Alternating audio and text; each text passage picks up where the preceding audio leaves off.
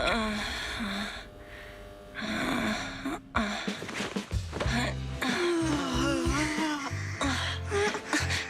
Phaethon, this time let me. Vivian? Vivian?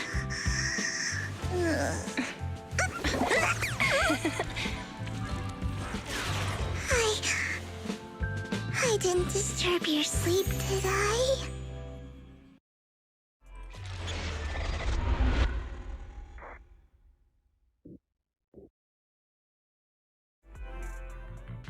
When I got here, the other Lord Phaethon said you were resting on the couch and just let me in. I meant to keep you company while you slept, but then I dozed off myself. Ugh. I was going to sit here looking super cute, hands cupping my face. You know, like the #1 sleepy face I want to wake up to pose. I can't believe I ended up falling asleep myself. What sleepy face? What pose? That was a lot of words in one breath. Are you sure you got enough sleep, Vivian? No, Lord Phaethon. I was just worried that I had disturbed your rest. Just being able to see you sleeping peacefully is already the highlight of my day. No, my entire month. Though it is a bit late, but... Good morning, Lord Phaethon.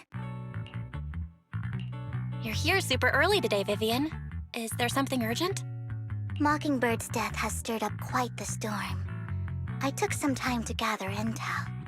It seems someone deliberately leaked the story that Hugo is an illegitimate child of the Ravenlock family.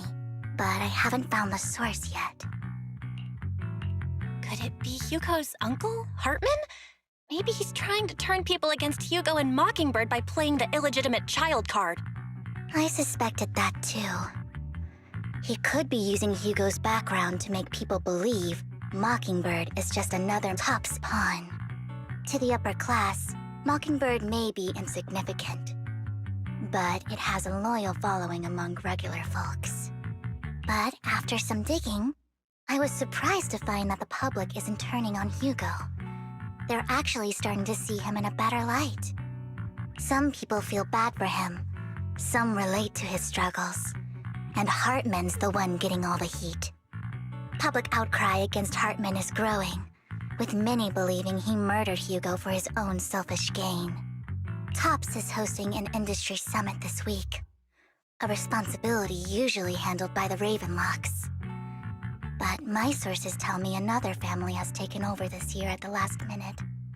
If I'm not mistaken, Tops is intentionally keeping its distance from the Ravenlock family due to the current public sentiment. Is someone trying to take advantage of this to get rid of both Hartman and the Ravenlocks?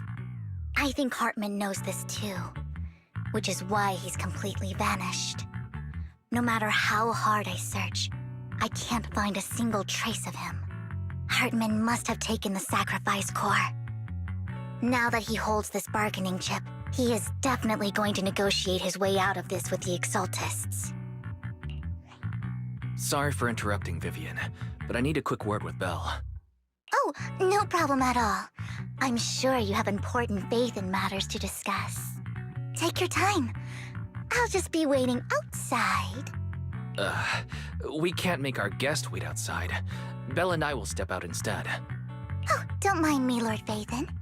I wanted to browse the videotapes anyway. I'll be right here. Just let me know when you're done. Belle, Lycon's outside the video store. He knows Vivian is with us, so he's hesitant about coming in. He's stressing over what he did to Hugo in front of Vivian, but he really needs to talk to us. Maybe you should go speak with him first. I'll go talk to Lycon. Honestly, neither he nor Vivian is at fault. As proxies, it's our job to be the bridge between them. Good morning, Master Proxy. Good morning, Lycon. Wise mentioned you wanted to talk to us and Vivian about something? Yes, it's an urgent request from the mayor, one that directly affects New Eridu's safety. However, before we get into the details, as a former member of Mockingbird, I'm concerned about Miss Vivian. Hugo made many mistakes and betrayed the principles of Mockingbird, but I'm certain he didn't intend to put Miss Vivian or you in danger. I don't know Miss Vivian very well, and I was the one who took her companion's life. I might not be the right person to comfort her, but I hope she doesn't regret the choices she made, or lose faith in the path she chose. Vivian's doing just fine. She's actually been gathering intel and has a clear understanding of where things are headed. She might be tougher than you think. If you're really concerned, why not just talk to her directly? If you'd like to apologize, it should be face-to-face, right? That's reassuring to hear. I trust your judgment. You've always had a sharp eye for people. Would you mind coming in with me? I'd like to apologize to Miss Vivian in person. No problem, but I'll be staying neutral. Everyone has their own stance on this, and I get where both of you are coming from. As a proxy, I'm just here to make sure you have an open conversation. I'm not taking sides. I respect that. Thank you.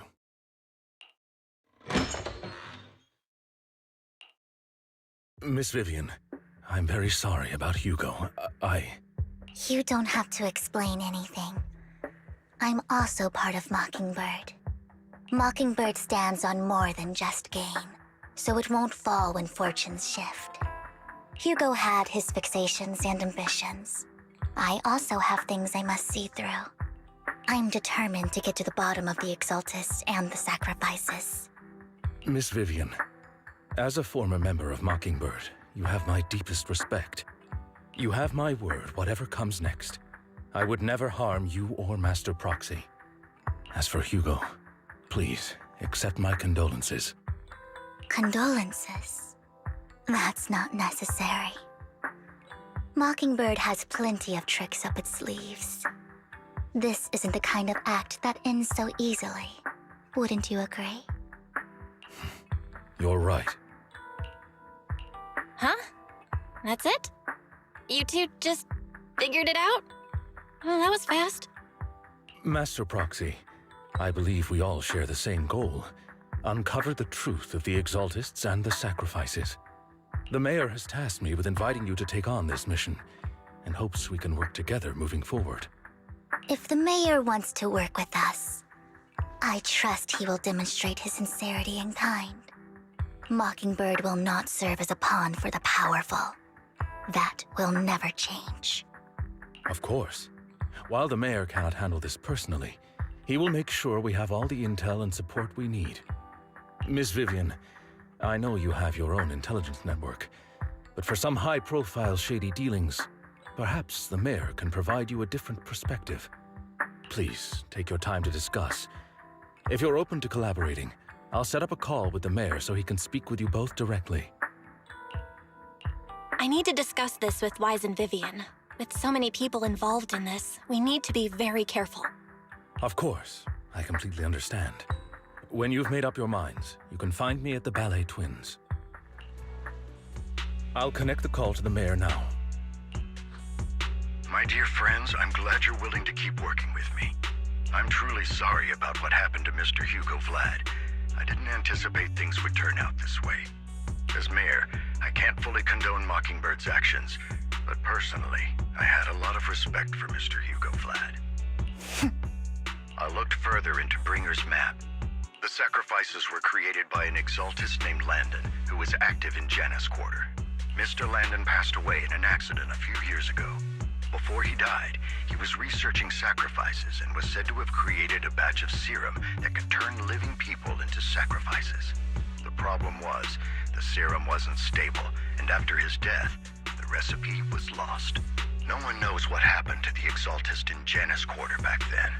But it's clear that after the leader died, there haven't been major Exaltist activities in the area. Bringer's map marks the locations where the Exaltists' most successful attempts at creating sacrifices were. Since this person has already passed away and the Exaltists haven't been active around here for a while, then could it be that this is just Hartman acting on his own? Unfortunately, that's not the case. My sources confirmed that Hartman had been secretly in contact with someone, and they only meet inside the Hollow. Is it possible it's someone from TOPS? TOPS is a huge alliance of corporations. They wouldn't bother getting their hands dirty. Instead, they just sit back and reap the rewards. Everything Hartman is doing is to secure his place in TOPS and strengthen his power within the Ravenlock family. If my guess is correct. Hartman has gotten in touch with the remaining members of the Exaltists that used to follow Landon, helping them create new sacrifices. But what's in it for Tops? There's no way the Exaltists would just hand over their secrets about sacrifices to Hartman, right? A sacrifice outbreak would throw the city into chaos. And that's when Tops steps in, taking control of the situation on their terms. The public will see the mayor as incompetent, while Tops comes off as the real protectors of the city. And when that happens, public trust will shift towards Tops. And Mr. Mayor, you might find yourself in an unfavorable situation. Still sharp as ever, Miss Vivian. So, what exactly do we stand to gain from partnering with you? Please don't tell me you're doing this out of some noble concern for your citizens.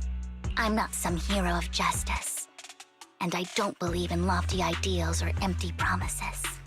We have a common enemy. While our ideologies may differ, we can work together on this. And as proof of good faith, I may not know exactly where Hartman is, but I can fan the flames over Mockingbird's death and escalate conflicts within the Ravenlock family. So it was you behind the rumors. No wonder I couldn't trace the source of the public outcry. I'm not the one who started the rumors. I just helped them spread faster after they leaked. And I pulled a few strings to make sure the story painted Mr. Hugo Vlad as a heroic figure who was unfairly persecuted. As I said before, I had a lot of respect for him, and I'd be happy to clear his name. Now let me lay out my terms for collaboration. After looking into it, I found that the dormant sacrifice you discovered wasn't the only one. There are more places where sacrifices might be lying dormant. Too many eyes are on me right now, so I can't send my own men to deal with it. I'd like to ask you to retrieve the sacrifices from those locations. I'll make sure to dispose of them once you do, so no one will be able to use them again. On top of that, I've asked a friend to help monitor your physical condition, and maybe even uncover more of your potential. Her research overlaps with your teacher's work. You don't need to worry about her capabilities. She's a Void Hunter rank special investigator. Really? A Void Hunter ranked special investigator is going to be assisting us? And she's involved in our teacher's research? That's right. She's heading to Janna's quarter for some business. I wanted to set up a formal meeting, but she declined. She prefers to assess things on her own, and will reach out when the time is right. She'll let you know the details then. So it looks like you both are on board with this commission and ready to help recover the sacrifices? Okay. We don't want New Eridu falling into chaos either. We'll do what we can. I know you won't let me down. Given our positions, we might not be friends, but we're definitely not enemies. I'll leave the rest to you then. I've got to go. Goodbye. Has someone already taken the dormant sacrifice from here? Or did the Exaltists decide to relocate it? No. If these dormant sacrifices aren't handled carefully, they could awaken and turn against anyone nearby. She wouldn't risk moving them unless it was absolutely necessary. Did she realize the mayor was looking into this?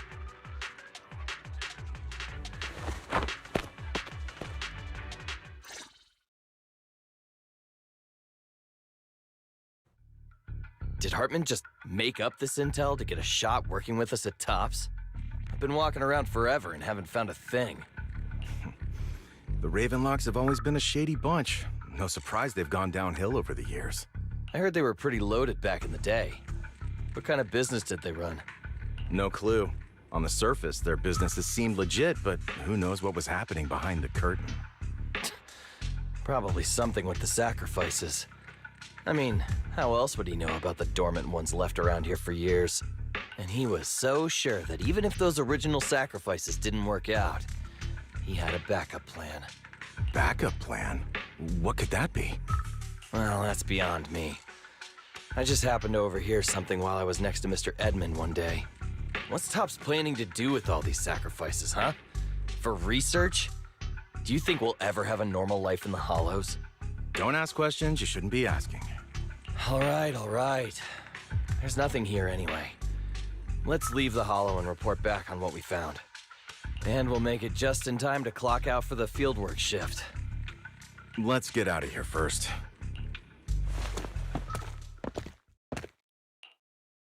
Hartman, that fool. He'll do anything to get into Tops, even if it means playing with fire. She's an exaltist. Human lives have never mattered to her.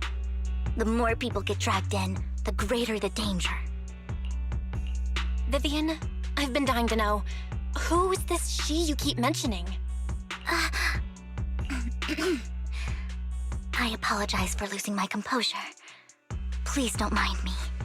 The she I'm referring to is with the Exaltists. Someone I have a history with. That's why the moment I heard about the sacrifices, I felt compelled to uncover the truth. I never meant to hide anything from you. It's just that, for me, the Exaltists bring back painful memories. And I'm not ready to face them yet. So, Lord Phaethon, please give me a little more time. Once I've gathered my thoughts, I promise I'll tell you everything. Sure, I won't pry anymore. Everyone's got a past, and you don't have to dig up old wounds if you don't want to. I can see the Vivian I know now is super brave and kind. I believe you've really put in the work. Lord Phaethon, if we weren't in such a hurry, I'd spend 3 whole hours singing your praises. I'll make note of this and make sure to get it done before bedtime. First things first, let's track down those dormant sacrifices. The Exaltists have probably realized someone's after them by now. I knew it was you, Vivian.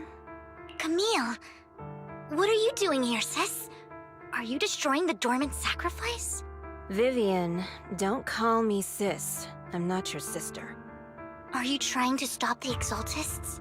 I never left the Exaltists. You know what Landon did back then.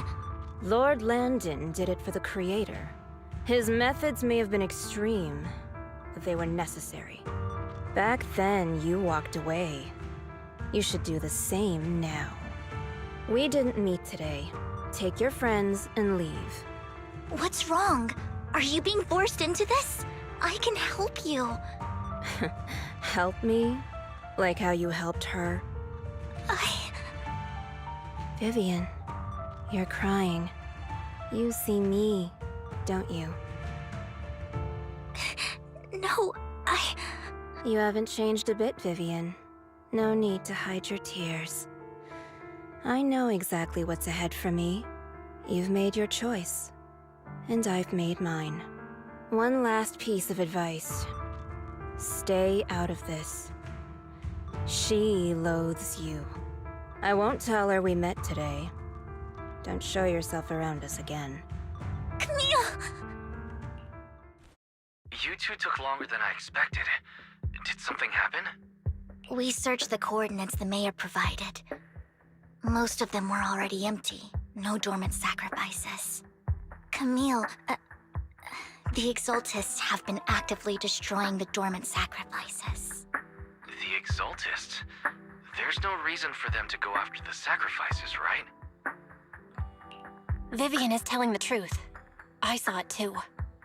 And one of them is someone I once knew. I thought she would leave the Exaltists after Landon's death, but she stayed. Do you have a history with the Exaltists, Vivian? When I was a child, I stayed with the Exaltists for a while. Back then, Landon was one of the most respected figures among the Exaltists in this region. A lot happened, and after Landon died, I left. I can't turn a blind eye to the sacrifices. I know all too well how many lives have been lost bringing them into existence. Ever since I learned a sacrifice had appeared in Janus Quarter, I haven't been able to stop worrying. I won't let history repeat itself. That's why I asked Hugo to investigate, starting with the Sacrifice Corps. Vivian. Please stop. I'm not looking for comfort. I'm just recounting the story for you to understand the situation. We've got bigger things to focus on. But when I do need comforting, I'll come straight to you. I hope you'll make time for me, Lord Vathan. Just so you know, I'm not the easiest to console. No worries. I'll totally have your back until you're feeling better. Okay, back to the matter at hand. That conversation between those two TOPS employees back in the Hollow is still bothering me. They said Hartman had a backup plan, and that got me thinking about some news that was quietly swept under the rug. Lately, there have been mining accidents in Ravenlock-controlled areas. Many workers have died. The families were paid off with huge settlements, way more than usual. No protests, no controversy, and the issue was buried. But considering the Ravenlock's financial position, why would they be so generous with payouts? That sounds sketchy. Are you saying they made up the accidents and the workers' deaths? Precisely. I don't think those workers died in mining accidents. I'm planning to reach out to some old friends, see if they've heard anything about this. Do you have time, Lord Vathan? My contacts are just near 6th Street. Care to join me? I'm in. Let's go together. Rain! Long time no see. Yeah, it's been a while. Rain? You two knew each other? Yeah, Phaethon. Long time no see. Rain, you actually know that Lord Vathan is Lord Vathan? No, I mean, you actually know Belle is Lord Vathan. I didn't know right away. One time, I needed a favor from Nicole. I only found out after meeting them. I mean, who would expect a legendary proxy to be running a video store for a living? Oh, by the way, your idol... Rain, let's not bring up old stuff. Lord Vathan wouldn't be interested in that. Why are you all tense? Right! Lord Phaethon lives on 6th Street too, and might know your idol. Remember when you traced that post on Internaut to 6th Street and actually went to check it out? And you came back all bummed, spouting nonsense. Like there was only a black cat at the location, and maybe your idol is actually a talking cat. Or something like that. I know that black cat. I'm always sneaking at snacks. Lord Vathan, please, let's drop this topic. Come on, Vivian. It's been years and you still won't say who your idol is. If you'd just let me, I'd have tracked them down ages ago. I get it. You want to find the person who's important to you on your own. But you've tried so hard already. It's okay to lean on me a little, you know. I'm sure your idol won't hold it against you. I shouldn't have come to see you. Huh? What's wrong? Hey, Rain. Vivian said you might have some new intel. So let's get to the important stuff first. All right, let's get down to business. Here's something I'm pretty sure about. The Ravenlock family's claim that those missing workers died in an accident? Don't buy it. The last signal from those workers was near the Hollow. Then communication went dark. I think they were taken into the Hollow. And yesterday, I picked up that the Ravenlock family secretly hired some people to search the Hollow's perimeter. I caught a weird distress signal from someone and managed to track down the source. When I tried to reach out, the signal cut out completely. The last trace of the signal was near Lumina Square. Finding someone in real life isn't really my thing, so that's where you come in. Okay, we'll check things out. You just said this is something you're sure of. Do you have anything you're unsure about? I dug up some info online, and one thing stood out.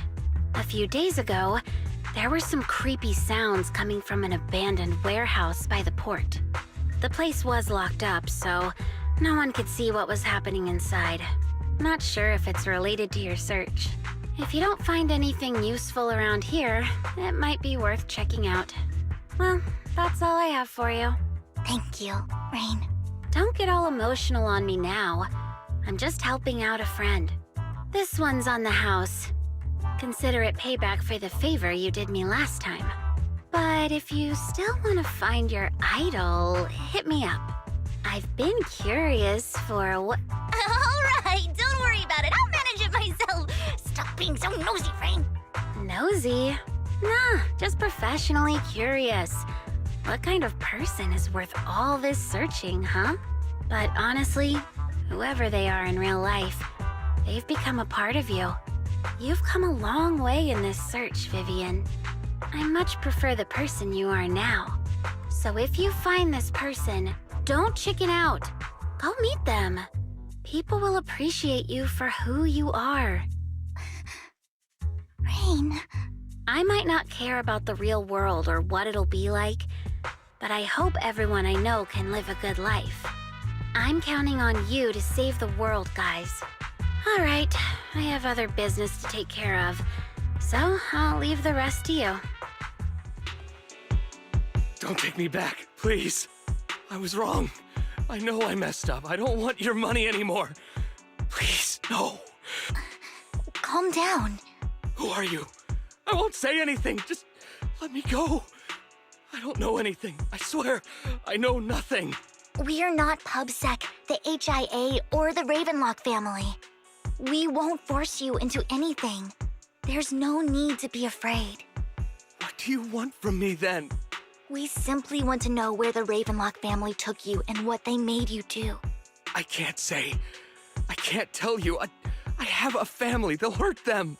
You never saw me. Please, just stop asking. Don't you wish to see your family? I don't deserve to see them. It's my fault. I was greedy. I did this to myself. But your family must miss you dearly. I'm sure they won't blame you. No, it's my fault. It's all on me. I don't want to drag them into this. If the whole ship is sinking, no one on board can escape. I'm just a nobody. And right now, there's nothing I can do to change anything. If you care about your family and friends, now is your chance to stop the disaster before it's too late. Even a butterfly flapping its wings can send a tsunami surging across the ocean. No one knows how this will turn out. But if you do nothing now, the only thing waiting for you at the end will be regret. We're not here to turn you in, and we won't force you to confront them. You'll be safe with us. I'll help you return to your family. But you must tell us precisely what happened. Hartman offered a huge amount of money, looking for workers to go into the hollow to guard something. The money was way too good. We all kind of figured something wasn't right. I thought it was just smuggling or guarding some kind of illegal ether resources, so I signed up. After we sent in our applications, Hartman's men took us into the hollow. The first place we went, there was a strange box. When we got there, they handed us some pills, saying they'd improve our aptitude for ether, for us to last longer in the hollow. But after I took them, everything went fuzzy. Something was definitely off about those pills. When I woke up, I saw my coworkers dead in front of me. And there was blood all over my hands. They said something about me being a good experiment, moved me somewhere else, and locked me up. They wanted to inject me with something. I got scared and didn't know what was gonna happen. But then a blonde guy found me, gave me a carrot, and let me go. So I escaped. I didn't want to kill anyone. I don't know. It wasn't your fault that your coworkers died. You were just a tool in their hands. Do you remember the place they first took you? Do you know what was in that box? I only remember the first place was like a rooftop. I think it was on top of a tall building. What exactly was in that box? I can't remember. I'm not lying. Those pills they gave us, they make you hallucinate. I took just one and my mind felt like it wasn't my own. My memories turned into a blur. I'm telling the truth. I'm not trying to run from my mistakes. I just really can't remember what happened. I know you're not lying. We'll arrange for your protection. You can rest easy and recover, and your family won't be dragged into this. Once this is all over, you will be able to reunite with them.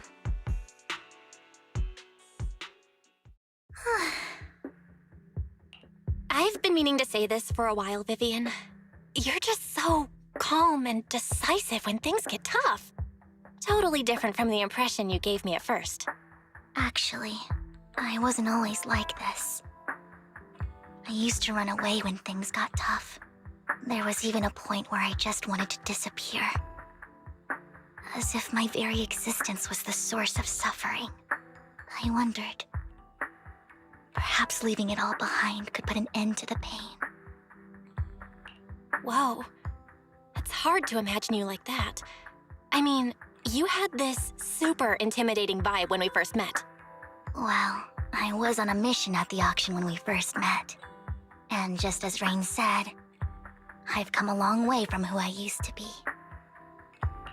Speaking of Rain, it's still wild to me. I never thought you and I would have mutual friends. And you even know one Denny Boo. Can you believe we might have passed each other so many times without even realizing it? Enough about me. Tell me more about you, Lord Phaethon. Where have you been? And what have you experienced? Looking back, I feel like I've been through a lot lately. My brother and I even lost our Phaethon account. Oh, everything started when the Cunning Hares took something from the Red Fang gang.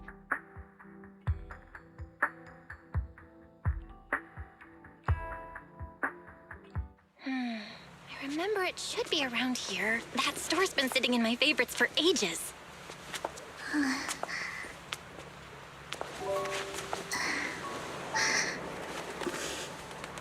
Lord Phaethon! Huh? What's up? I've seen that black cat on 6th Street. That harmonica in the outer ring you mentioned.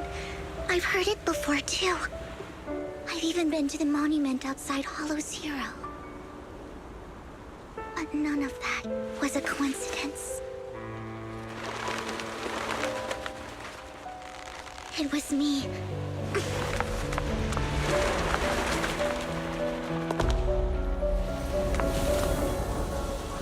Following you, and now I've finally made it to your side. Ever since I was little, I had been seen as the bringer of bad fortune. I had traveled to many places and witnessed far too much misfortune. Every tear I shed brought disaster. I've heard too many curses to count. I loathed my tears as much as I despised my own existence. Wherever I stayed, tragedy followed. I had roamed too many places, and each time, it ended the same way. I didn't know where I could go anymore. One night, I stumbled upon a post discussing me, whether they knew me or not. Everyone seemed convinced that I was the source of the curse. Some mocked me with cruel intent. Some wished I would vanish, and others speculated maliciously. It really seemed that my very existence was a disaster. In that moment, as darkness enveloped the city, I saw lights flickering to life all around New Eridu. So many lights. And not knowing where to go, I thought, if only I could disappear into those lights. I made up my mind. And right then, my phone rang. I decided to take one last look. I wanted to know who left me my final message from this world. It was you, Lord Phaethon. Wait, really? Me? Yes. And I checked with the other Lord Phaethon. You were the one using the account at that time. But I know you probably don't remember it. After all, it was just an ordinary day with an ordinary post and meaningless comments online. But for me, it was the night I finally realized where I could go. I wanted to walk the paths you had walked, see the sights you had seen. And then, one day, share it all with you, face to face. What did I even say in that comment? I can't remember off the top of my head. Well, you'll have to figure it out for yourself. I'm not telling you. Huh? No! So, Lord Vathan, thank you. Not only for that comment you made that day, which was a silver lining for me, but also for giving me the courage to become who I am today. The Vivian standing right in front of you now. Lord Vathan, I truly like who I've become. Belle, you're back. Lycon told me he wanted to meet up with us online to discuss things when you returned. I'll call him now. Master Proxy, Miss Vivian. The gentleman Rena brought back has stabilized and calmed down now. Based on his account, we've identified where Hartman is hiding the core. He also mentioned that Hartman plans to trade the core with a group of people. We suspect that this group consists of members from the Exaltists. I knew it. Now that we have the location, it would be splendid if we could seize the sacrifice core before they do. Precisely. We hope you can head to the location as soon as possible to secure the sacrifice core. We've got this. I have other matters to attend to, so I'll leave the retrieval of the sacrifice core in your capable hands. The mayor's friend that he mentioned before will also be assisting you this time. The target coordinates have been shared with her, and she'll meet you there. Please ensure your safety, and I wish you all the best.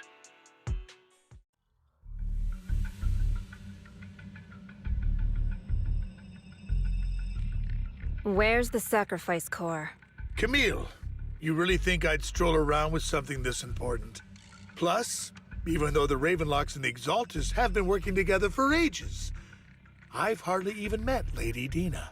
I'm the one offering the sacrifice core here. I'm curious what Lady Dina's got lined up for me in return? I'm just here to verify that the core you mentioned is real. Once that's sorted, Lady Dina will give you a proper response. Our partnership isn't just talk. We need to be sure you have what we need before moving forward. Sure thing. I'll take you to where I keep the core. Once you verify it's legit, have Lady Dina come over. We'll lay everything on the table face to face. All right, lead the way. It seems Hartman is trying to bargain for more. What a greedy and insatiable man. It's just that... why would they only send Camille for something as important as the sacrifice core? And I can't shake the feeling that Camille doesn't want Hartman and Dina to meet. Why is that? Who's this Dina he just mentioned? Is she the leader of the Exaltists? Kind of. Lord Vathan, I really think we should hurry. We must get to where Hartman keeps the core before anyone else does. I've got a shortcut planned, but there are gonna be ethereals along the way. I'll let you handle them, Vivian. Don't worry, Lord Vathan. You're in capable hands. I'll ensure your safety. Lord Vathan, the box is empty. So Hartman never kept the core here to begin with? How did you even find your way here? Where's the core in the box? What did you do with it? You call this keeping the sacrifice core safe?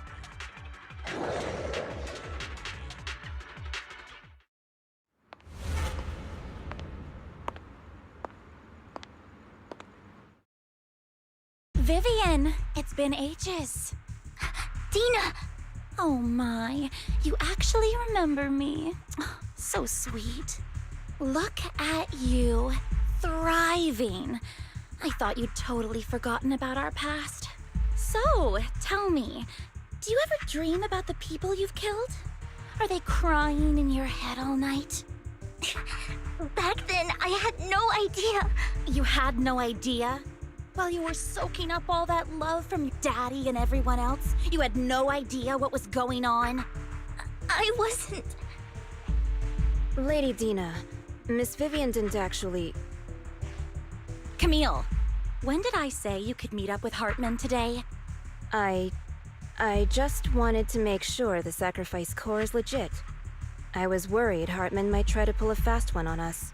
Really? So loyal. I thought you'd be more like the old days. Just a few words from Vivian, and you'd be plotting my demise. Just like what you did with Father. I won't, Lady Dina. Don't even think about betraying me, Camille. You owe me for what went down back then. However, I do understand your worries. This core, it's fake. No way! I got this straight from Hugo! It can't be fake! How can you just claim it's fake without any proof? Ugh, seriously.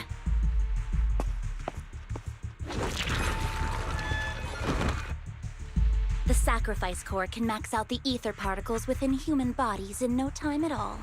But look at your little subordinate. How uncouth. He's making noises like some animal. Can you shut him up? So annoying. The masterpiece Father made for the creator isn't this worthless piece of junk you're holding. So, the real core. Vivian, where do you think the sacrifice core is really at? I don't know. If I knew where the real core was, I'd destroy it without a second thought. Dina, you understand what the sacrifices are. And you know those who were blessed should not have to endure such horrors. Oh, they shouldn't have suffered those horrors. Weren't you the one who decided if they'd be blessed or not? If it weren't for your tears, how would they have encountered such misfortune? How self-righteous, Vivian. Their fates were in your hands. It was you who brought disaster on them. Landon just needed an excuse. He needed someone to blame. Whether I shed tears or not, he'd treat living beings as mere subjects for his sacrifice experiments. Dina, you know all of this. Landon even went so far as to sacrifice you. Shut up, shut up, shut up! Father did it for his great cause. Vivian, why do you always mess everything up for me? Everything! You did it before, and now again! You just had to ruin my plan. I was so close to fulfilling Father's last wish. If you don't give me the sacrifice core, be prepared to become food for the ethereals. I told you I don't have the sacrifice core. Otherwise, I would have destroyed it already. Lord Phaethon, find the right moment to retreat. She can be quite unpredictable when her temper flares. Oh, really? You don't have it? Then I suppose there isn't a reason to keep you alive. There are so many.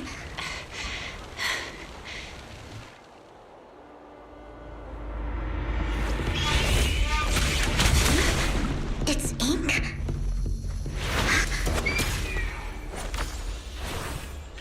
Shun Palace, good fortune, closed gate, safety. What? An evil miasma gathers here. Another place of conflict. If you wish to avoid disaster, then head southeast.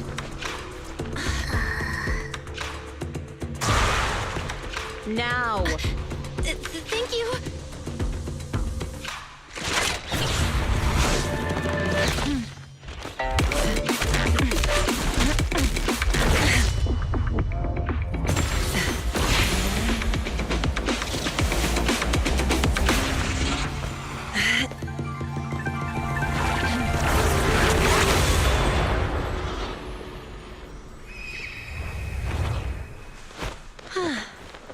Finally, peace and quiet.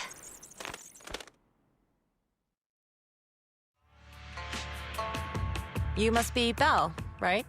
Mayflower mentioned a special partner might need my help. Can I ask, who are you? I'm the 13th generation master of Yunque Summit.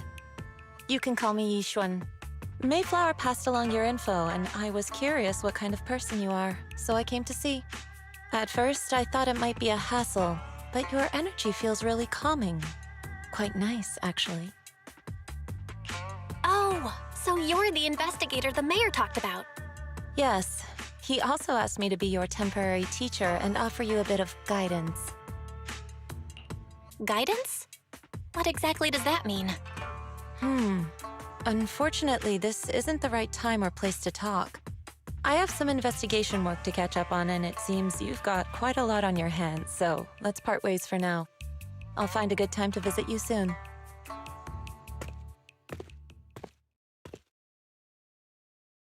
I'm so sorry, Lord Vathan. I'm just not feeling very well. I think I'll head back for now. I'll investigate the sacrifice core and reach out once I find something.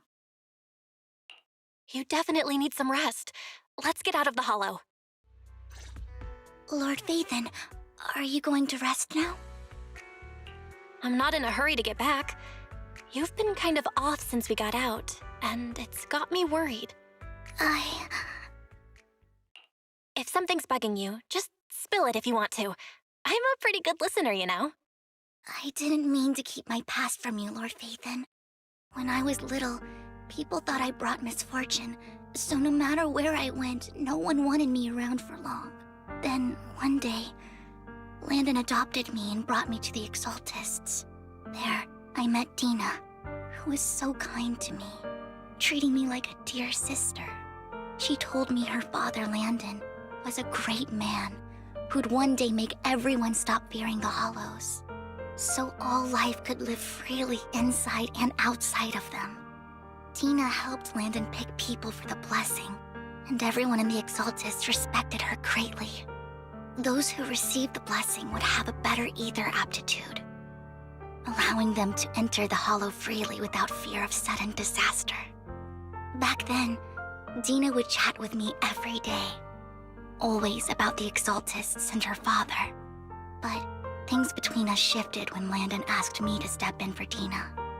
Landon told me I didn't only bring misfortune, and that if I listened to him, I could actually help people. After that, he'd take me to meet people, and if I shed tears, he'd give them a blessing medicine. Those who got the blessing could dodge calamities.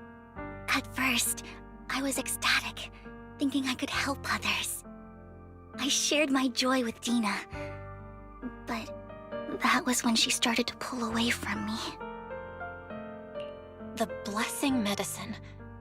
Please tell me that wasn't the sacrifice serum Bringer had? Yes, to be precise, it was an early version of the sacrifice serum. Landon's medicine wasn't stable.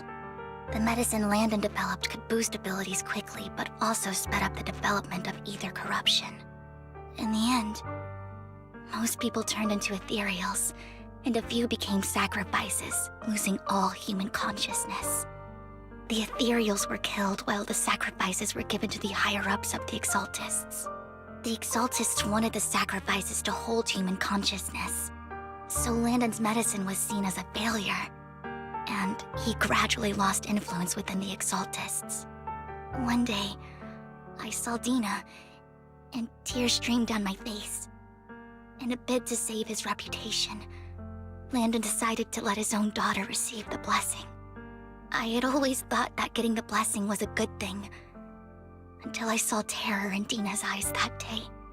That evening, I broke Landon's rules for the first time and followed him out of the Exaltist's residence.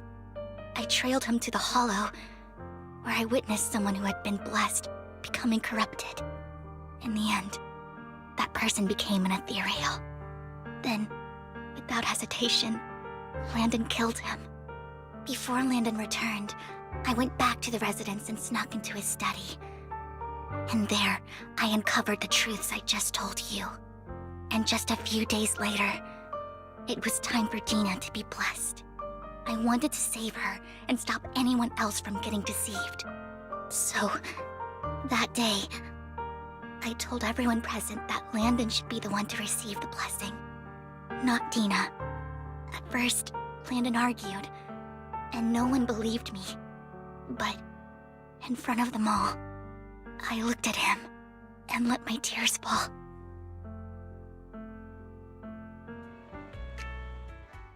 Lord Landon, please accept the blessing. Vivian, you... Why won't you accept the blessing? Were you lying to us? Ungrateful fools! You have no use anymore! Liar! Run! Run! Dina! Dina, wake up! We have to go! Vivian, what's happening? Listen to me. Lord Landon's so-called blessing isn't...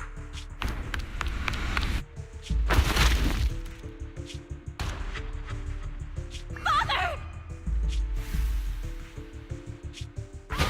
No, I was just... Mom, I want to go home. It's got nothing to do with us. This is just what happens when you don't accept the blessing. Vivian, was this you? Dina, I just didn't want you to accept the blessing. Everyone who does ends up... I just don't want to lose my father. You knew? If you knew what he's done, you... He's my father. He's all I have. Stop being self-righteous, Vivian. You only ever bring misfortune. I thought once Landon was gone, Dina would leave the Exaltists. I never expected her to continue his research, or that Camille would stay. Camille lost her entire family in a hollow disaster, so she's always supported the Exaltists. She's not a bad person. She's just someone searching for hope. She joined the Exaltists very early on, and even watched Dina grow up. That day, she was just so desperate to save Dina that all these years she's been following Dina, taking care of everything out of guilt, I think. But I didn't just fail to save Dina. I trapped her. I see misfortune approaching, but I can never change its course or avoid the bad ending. Maybe I really am a bringer of misfortune. No way. You're not the one bringing bad luck. Whatever went down with the Exaltists, Landon used you. As for Dina and Camille, they know the truth, and they just made their choices. The Hollows and the disasters they caused took more than just their loved ones. But not all survivors cling to obsession and hatred like they do. Lord Phaethon. You need to believe in yourself. You're currently resolving the sacrifice crisis with your own effort. I remember you saying you really like yourself now. So what's changed?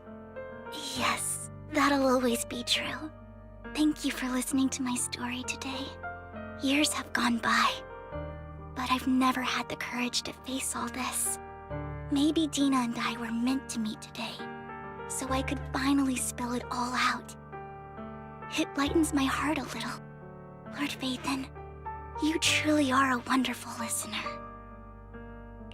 Whenever you're feeling down, don't hesitate to come to me.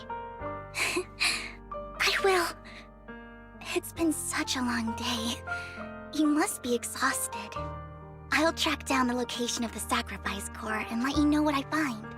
Good night, Lord Phaethon. Shawl, I didn't expect you to be working here. Perfect. I was just covering someone's shift. The screening here is super strict, and I was afraid the supervisor would realize I was new and subbing for someone, so I hid in the control room during the supervisor's inspection. So I happened to bump into this guy, a blonde man wearing a hat, and I think he was checking some footage. Then he logged that footage into the tape he brought. Later, I found that part of the footage had been wiped. Blonde, wearing a hat. Could it be Hugo? Do you know him? I think it's him. If it were Hugo... I think I know where he would hide the tape. Thank you, Shaw. You were a big help. Great! You also helped me a lot when I started working. I used to make mistakes all the time. If it weren't for you cleaning up my messes, I would have been fired ages ago. So I'm happy I could help you too. All right, go ahead and do what you need to do. We'll catch up another time. If I'm not mistaken, you and Vivian share the same goal. Silence is no good for negotiation. I just don't want Dina to reach a point of no return. Hasn't she already reached that point with what she's doing? The formula for the Landon serum was lost, but a batch survived, and Dina was able to develop a substance that can be used for mind control. She's trying to combine the two to make sacrifices that would obey human commands. If the dormant sacrifice and the remaining Landon serum are destroyed, we can put an end to this. Dina's concoction can't create sacrifices on its own. And the sacrifice core? That belongs to the creator, not her. Although I find Landon's methods despicable, I can't deny that the Exaltists and the creator are leading us in the right direction. I just don't want Dina to spend her life trapped by her father's mistakes. I mean, no offense, but I find your protectiveness rather weird. I will confirm the location of the dormant sacrifice and find the chance to relay the information to you. I do not want any of my people to be going into danger. As for the sacrifice core, I can only guarantee that it will not fall into her hands. As for how things will ultimately play out, The creator will guide me.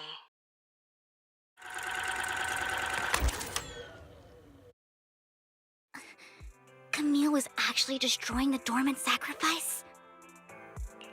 Now Camille's actions make sense. But why did Hugo never tell us? Hugo... he... Val, Lycon said there's something urgent he needs to discuss with us right now. All right, let's patch him in. Master Proxy, I apologize for disturbing you. We have just learned that the Ravenlock family will host a banquet tonight. This banquet is rather special, as they're allowing members of their family to invite business partners to attend. With Hartman at the center of controversy, there are many members of the family who are eager to use this opportunity to replace him. The mayor has been spreading rumors of a young tycoon who inherited a sizable fortune and is looking to partner with a person from an old and influential family. This information has lured a young man named Burton from the Ravenlock family. So, you want me to pose as this tycoon and use Burton to infiltrate the banquet? Correct. And Hartman's study is also located within the venue. I see. Hartman's study might hold valuable information. So, what should I do? You can attend as her +1. +1? Lord Phaethon, please go with me! Master Proxy, it seems Miss Vivian requires your presence, so... Yes, just your presence will help me immensely! All right, then let's go together. I'll send you the time and place for the meeting with Burton. If you encounter any danger, please evacuate immediately or contact me for backup. I hope everything goes well for you tonight. Miss Banshee, I believe I've shown you my sincerity. Now how about you? Sincerity? My presence here is a show of sincerity. If we're to work together, Miss Banshee, you should drop your pretentious act. I am well aware of the ways of the Ravenlock family. If I were to come empty-handed, I probably wouldn't even be able to make it out the front door tonight. Since I agreed to come with you, and even brought along my most precious companion, does that not show my deepest sincerity? No need for such an off-color joke. Our door is always open for those coming or going. We both know what's what, so let's cut the small talk. I know far more about how the Ravenlock family made their fortune than most here. I am also well aware of why Hartman, despite such a massive scandal, still remains in power. Oh? Do tell. Exaltists, blessing, sacrifice, Landon. Where would you like me to start? How did you know that? No, who are you? Don't be so tense. If I'm not mistaken, it's about time the banquet began. My companion and I are practically famished. Is this how you treat your guests? By letting them starve? Perhaps when we've had our fill, we'll remember where the sacrifice is hidden. You know where the sacrifice is? So, can we go get something to eat now? And I'm also looking forward to receiving a special dessert from you. We can discuss what you wish to know while we enjoy dessert. Of course. I wouldn't let such an important guest discuss matters on an empty stomach. As for dessert, I will prepare it myself, and I guarantee it will satisfy you. I'll come find you later. I wish you a pleasant evening.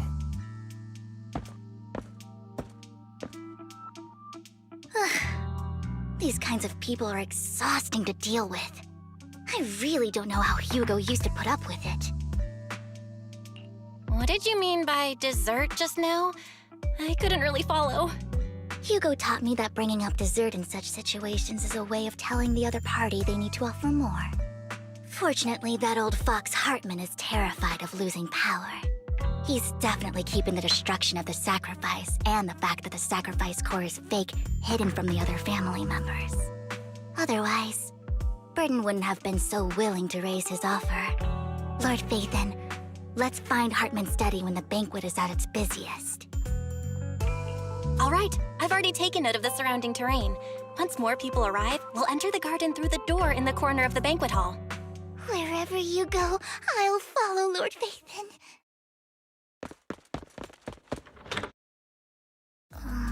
Isn't this going a bit too well?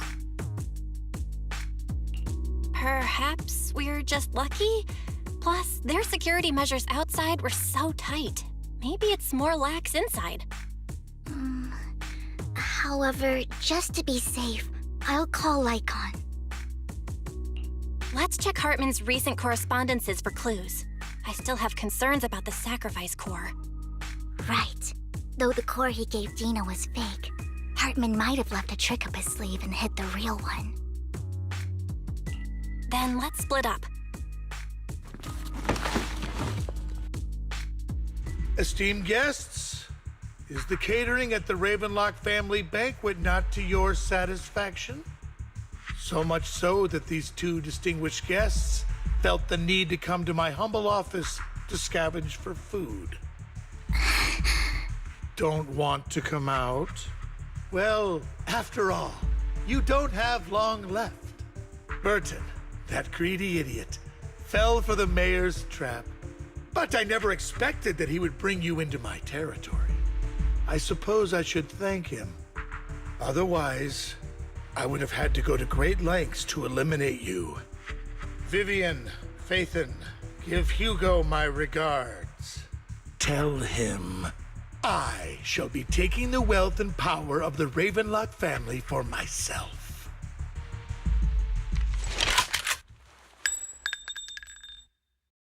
The bullet? How? Dear Uncle, why must we be so distant with one another? You can just tell me what you want to say directly. Hugo! Impossible! You're... Uncle, you must know a Ravenlock will never stop until they get what they want. Did you really think I would be defeated so soon? When I have yet to trample you into the dirt. You filthy bastard! You only know how to resort to these petty tricks! Petty tricks? Perhaps you'd like to know what I managed to accomplish using this faked death of mine, my dear uncle. You're taking longer to rest than I expected. Lycon, you think too highly of my physical capabilities. Well, thank you for your cooperation. I must say, if nothing else, at least your acting skills have improved. Why do you look so angry? You should be happy. We pulled that off together with flawless teamwork and managed to fool everyone. Drop your foolish facade. I'm glad you still remember the code we set all those years ago. And thank you for ensuring your sleight of hand didn't deteriorate. Oh, right. I should also thank the blood bag hidden in my clothes and our other props. Do you remember when we last used this trick? It was probably ages ago. Sometimes I really don't understand you. Have you never thought about what the consequences would be if I didn't understand your code? If I decided against helping you? Or if I just couldn't control my strength properly? You'd understand it. Of course, if things really did go awry, I had alternative plans. You wouldn't be so arrogant as to think I'd bet everything on you, would you? You're insane. No, I'm flattered. So what exactly is the purpose behind all this? Surely after going to such great lengths to erase your own existence, you don't just plan to hide here and reminisce about the past with me. Don't try to brush this off. I've already helped you enact your plan. Tell me the truth. Don't get your tail in a twist. I have more plans that require your assistance, so naturally I would not hide anything from you. Simply put, as things stand, whether as Hugo Vlad or as Mockingbird, I am doomed to die. Seems you've made quite a few enemies. As a member of the Ravenlock family, I negotiated with Edmund and managed to obtain resources from Tops for my future plans. I also confirmed what attitude they held toward your master, the Mayflower family. Meanwhile, I used my identity in Mockingbird to strike a deal with Hartman and gather information on their collaboration with the remnants of the Exaltists. That's where I got my intel on what Bringer left. Oh, by the way, the crime declaration letter that your dear mayor received, that was also sent by yours truly. He's probably figured that out by now, right? Though I'm not sure if he told you. The mayor learned about the sacrifice attacks through his own means, but lacked an opportunity to take action. That warning letter was precisely what he needed.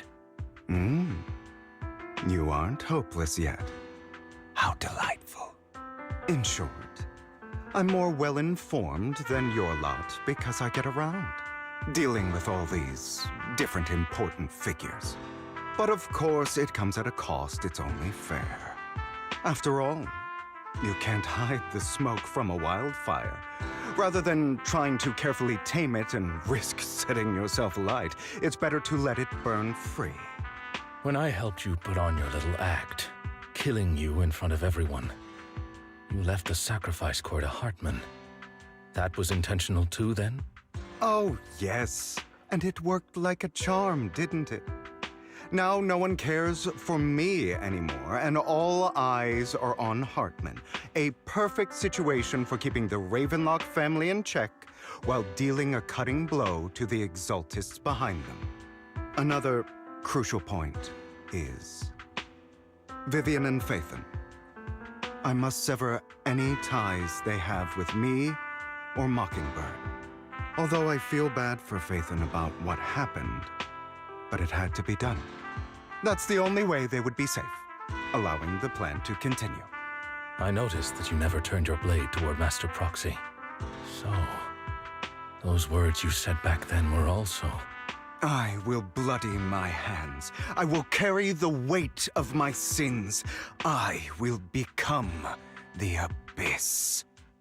Obviously, it was all an act. My acting has always been impeccable, as you know. Hugo, you're taking such a tremendous risk. Why?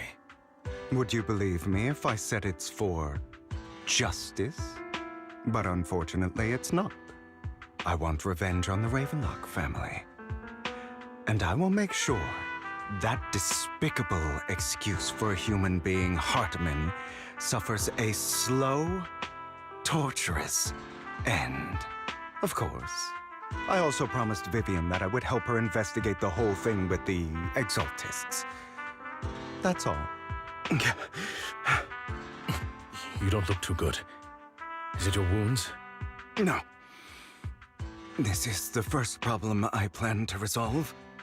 Lycon, Do you have a place that is sufficiently discreet, quiet, and can take a lot of damage?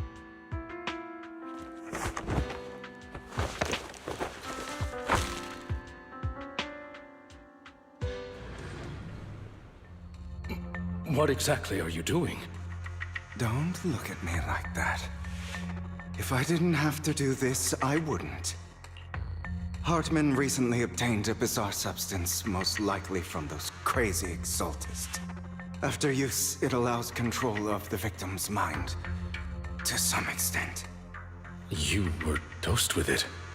To be more precise, Lycon, I deliberately allowed Hartman to put this drug in my cup to facilitate our previous collaboration.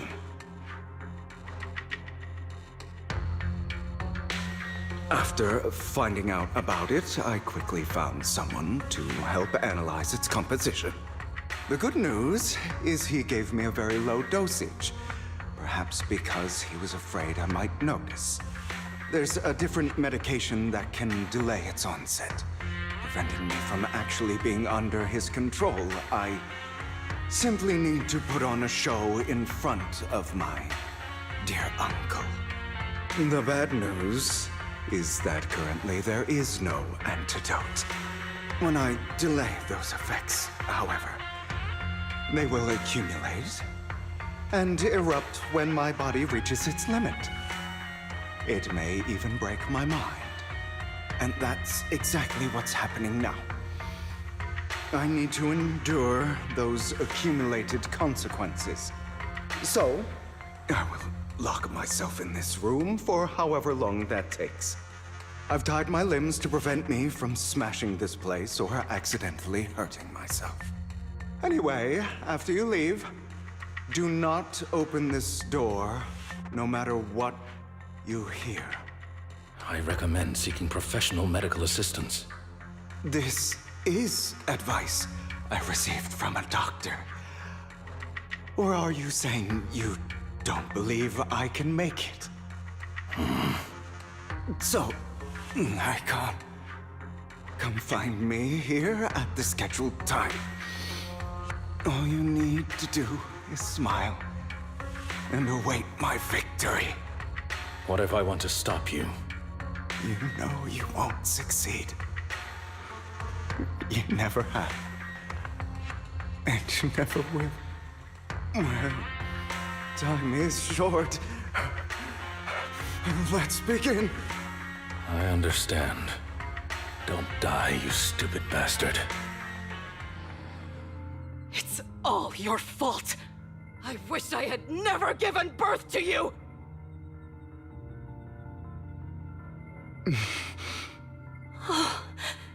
Everything will get better if you just die, right? If you die, he'll come back. We'll have another, more perfect child. One who will inherit the Ravenlock family bloodline. Then I'll be able to escape this pain. So, Hugo, for the sake of Mommy's happiness, just die, okay?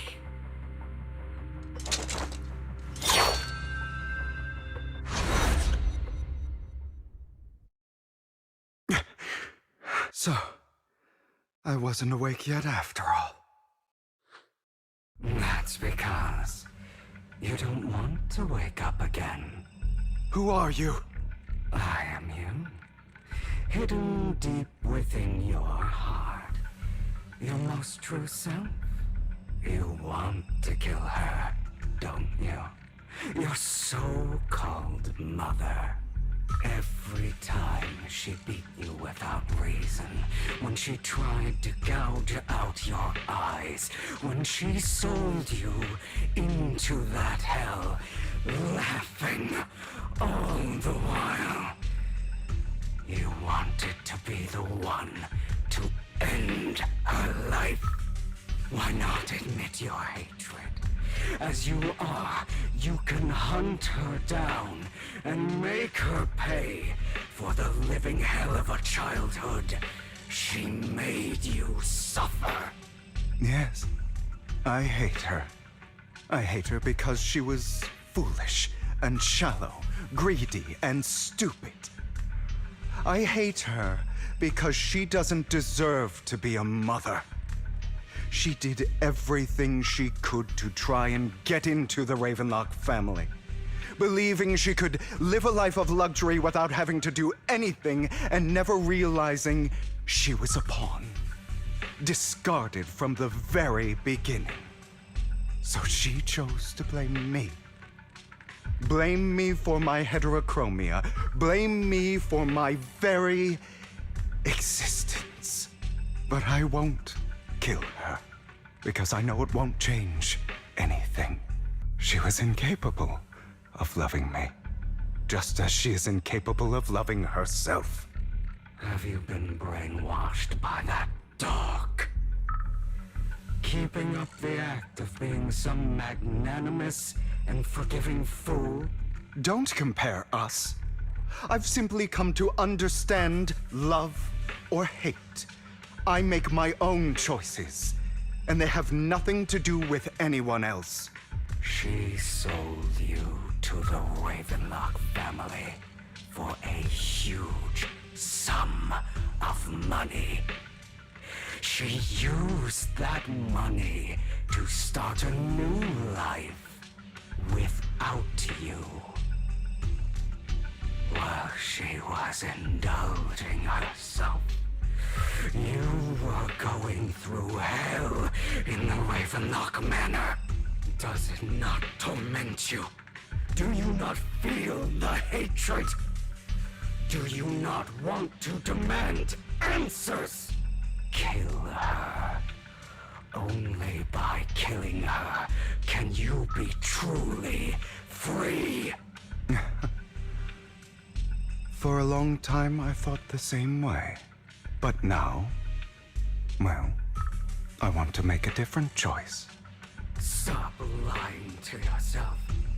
You never had a choice. This weak-minded thinking will only lead you to failure. Like before, you'll be nothing but a worm, trampled into the dirt by those so-called elites. Do you still not get it? This is how the world is, and always has been. Hesitate and you'll be the victim.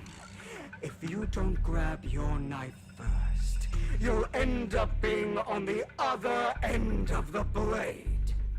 If you want to change anything, you must first become the one who makes the rules. Just like that woman.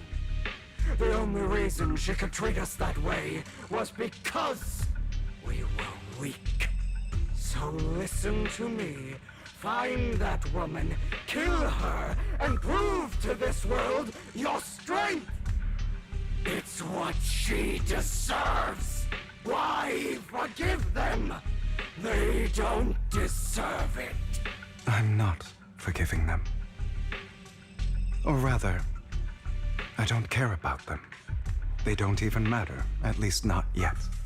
You know, perhaps the person I hate the most, the one I truly cannot forgive, has never been someone else, but rather my weak, powerless past self who could do nothing but hide inside a closet and cry. I hate myself for having neither the strength nor the courage to resist. I hate myself for begging for so-called familial love, even after being treated so terribly. I hate that despite the pain of my wounds, I still hope to receive the carrot and not the stick. And that means you. Correct. So, I forgive you.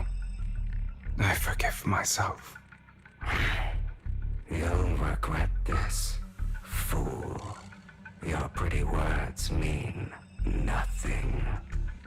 You will ultimately return here to me.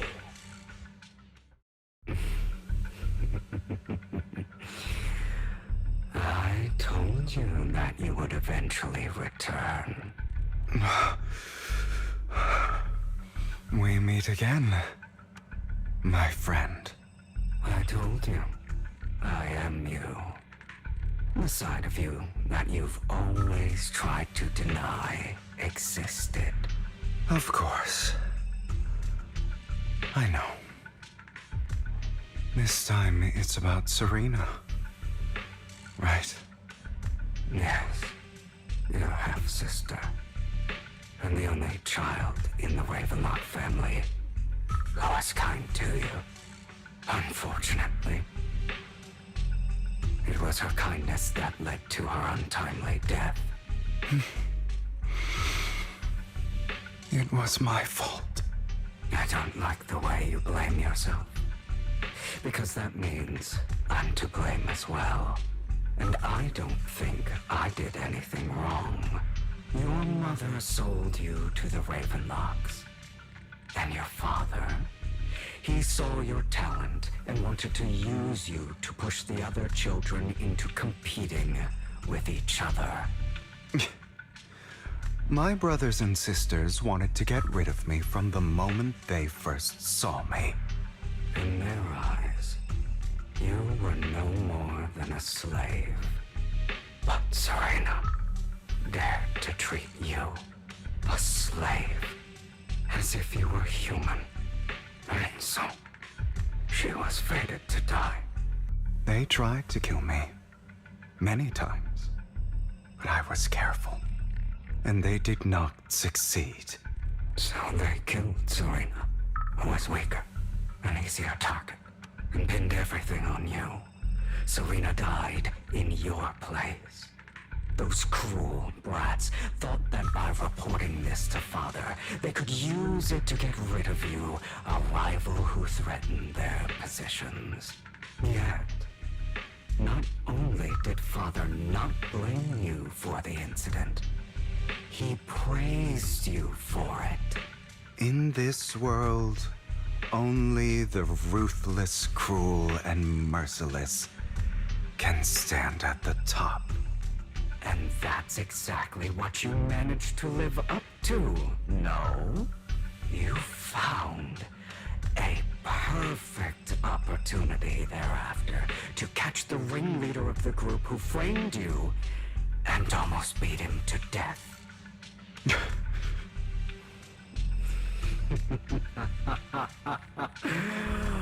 Oh, you should have seen the expression on your face back then. Oh, crazed and manic with utmost delight. I don't remember that. Here you go again. Trying to deny your desires. Deep down inside, you've always wondered. Asking yourself why these evil people never got the punishment they deserved.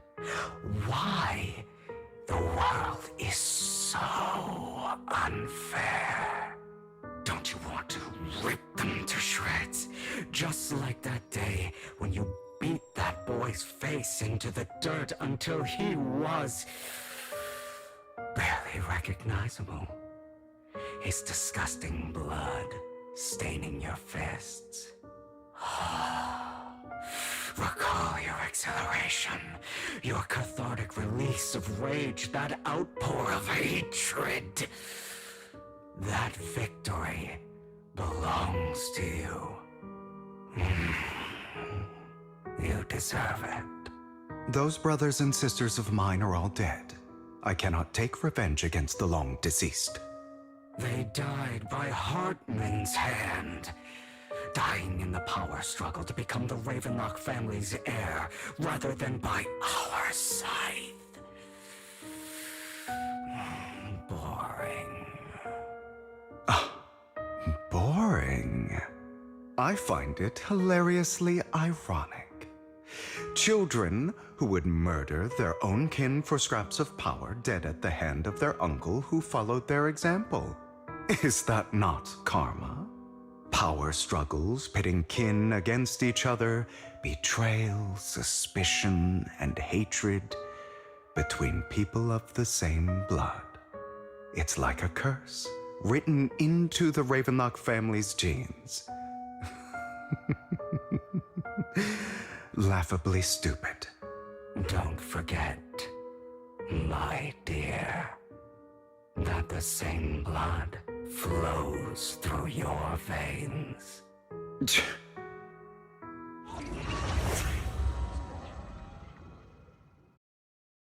That's right, my dear nephew.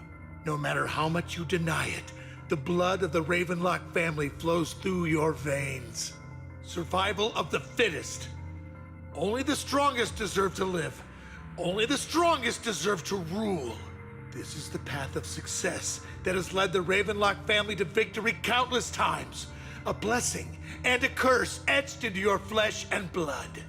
As long as you live, you'll never escape the mark of family.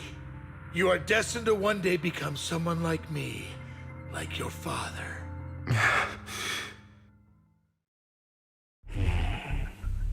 Is that fear I sense? I can see you trembling. Why does the Ravenlock bloodline terrify you so? I won't become like my father.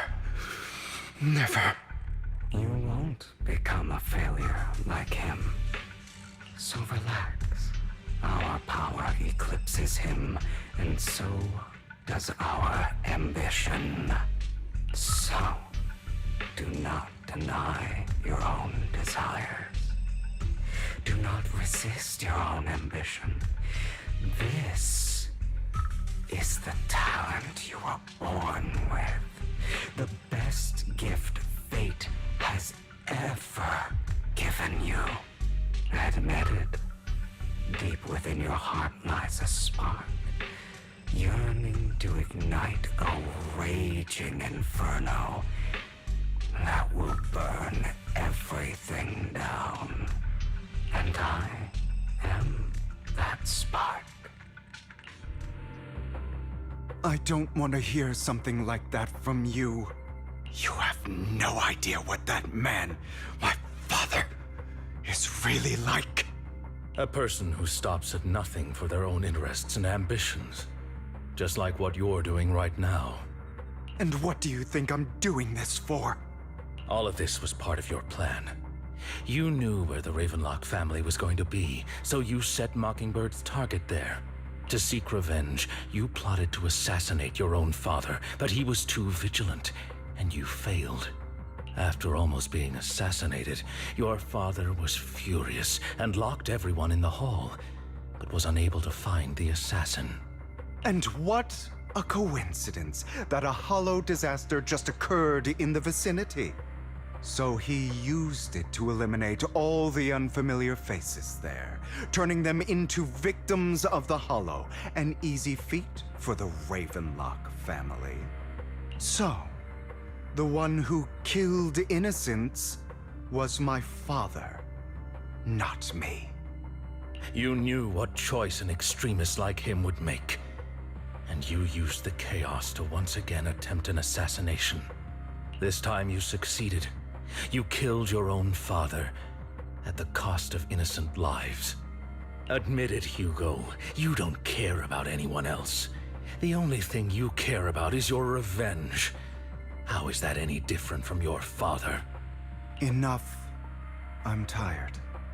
I may hate him for betraying me, but he wouldn't say something like that. What? You aren't Lycon. You're the other me, hidden deep within my heart.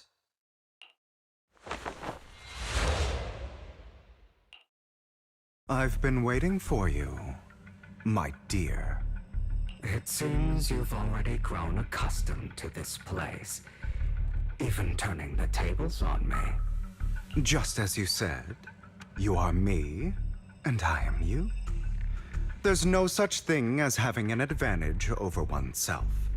We are ultimately one and the same, forever inseparable. Then you should know what I want to say. When you and Lycon split, you didn't even try to clear up the misunderstanding, didn't deny or argue against what he said.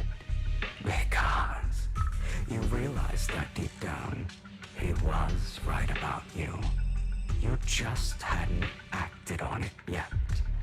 Some people live only to bring more suffering into this world.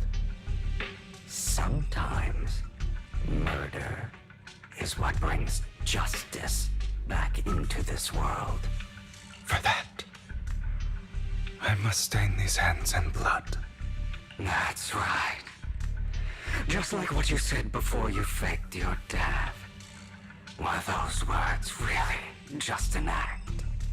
To slay the dragon, you must first become one with sharp claws, rending fangs, and strength enough to destroy anything. You know the truth better than anyone. If you hadn't hesitated and instead seized the first opportunity to kill your father, none of what followed would have happened. Innocent civilians wouldn't have died. Your partner wouldn't have lost an eye and both legs trying to save people. And Mockingbird would have never gotten to that point. You can save more people. Save good people. Save more lives than the evil ones you take. I've spent countless hours in regret over that incident. So why not submit to your true nature? You want to be the judge, jury, and executioner of this world. And you can. I wasn't responsible for Father's death. The true mastermind is my uncle, Hartman. His schemes to kill the head of the family were all so he could take control. Mockingbird was simply unlucky enough to get caught up in it. So, for a behemoth like the Ravenlock family, with its roots so deep, a single person's death, regardless of who that person is, wouldn't change anything. Of course, whether it's Tops, the Mayflower family, or even the entire world, it's actually all the same. I refuse to be dragged down by pointless hatred any longer. You foolish, stubborn idiot. Do you understand the power of hatred? Have we not come this far precisely because of it? Or are you going to follow Lycon and Jack's twisted logic? Come on. You don't actually trust anyone? Otherwise, why would you hide this whole scheme of faking your death from them?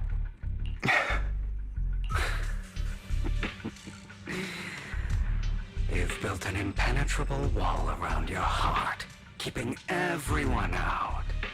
Of course you are right to do so. No one in this world can be trusted. Always. All you'll receive is hatred from your own blood and no love. Suspicion from your companions, and betrayal that comes all too easily. But the most ridiculous thing is that you want them to trust you. You stay silent and long for them to notice your suffering. You yearn for your companion's understanding and trust. Idiot. That's why you are incapable of exploiting them for your own ends. You care about their safety even more than your own. But remember, only the weak need companions. And we are children born from hatred. We are different from them. I will never be like them. And I don't need to be. Come. Let me show you what powers we can wield. But you are me, and I'll never lose to myself.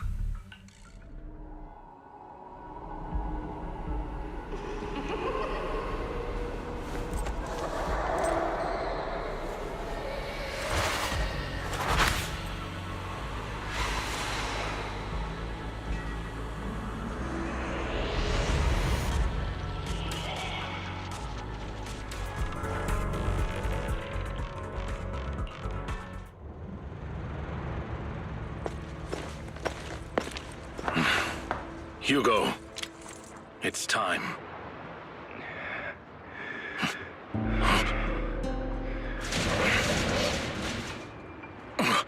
Hugo.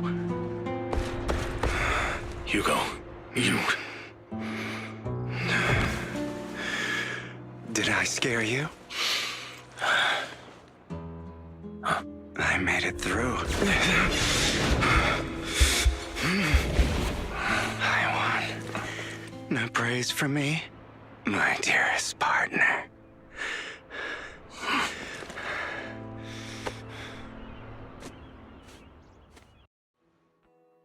Ah, my former partner. You're still as punctual as ever. Are you sure you're fully recovered? How about we fight, and I'll show you how recovered I am. I refuse to fight someone who is in need of medical attention. How thoughtful. I'm touched.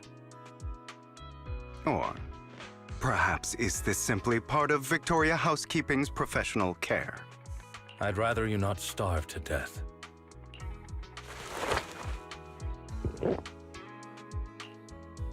Not to your liking.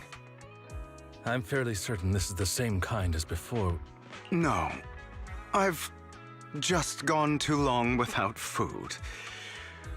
It feels a bit uncomfortable. Either way, thank you. Now tell me, what exactly happened in the warehouse? Just going a bit crazy from... you know what? Were you expecting anything else? But I did have a very long dream. A dream about many things from the past. If I had to put it into words, it would be like giving myself psychological therapy. You seem like you could benefit from some too. How about it? Want to book a session with me? Trust me, I'm a pro. Seems you really have recovered. Well, of course. I'm feeling pretty great right now. Like I could argue with you all day on every petty detail of who exactly was in the wrong back then. I wanted to ask, what you said about Mockingbird before, when you faked your death, was that part of the act?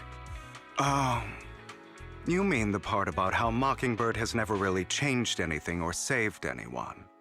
I didn't expect you to still be so hung up on this. Interesting.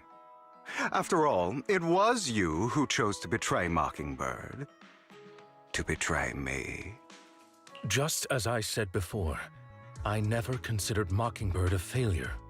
Perhaps Mockingbird deviated from its origins, but it has its value. You shouldn't reject the things you've done. Or Mockingbird.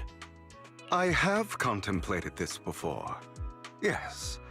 Mockingbird has helped some people and has genuinely managed to cause trouble for those who abuse their positions of power for evil.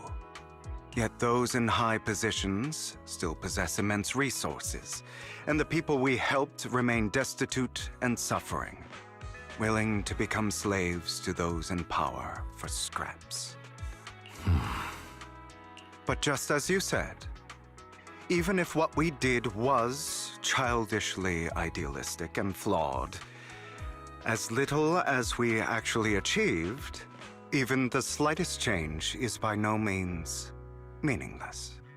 Nothing holds more value to me than Mockingbird. All right, let's catch up later. I still have things to do and need to wrap up my plan. I thought you would rest up first. As much as I would prefer that. My dear uncle and the Exaltist fanatics likely would not give me such an opportunity. If all has gone to plan, the fish will have taken the bait already.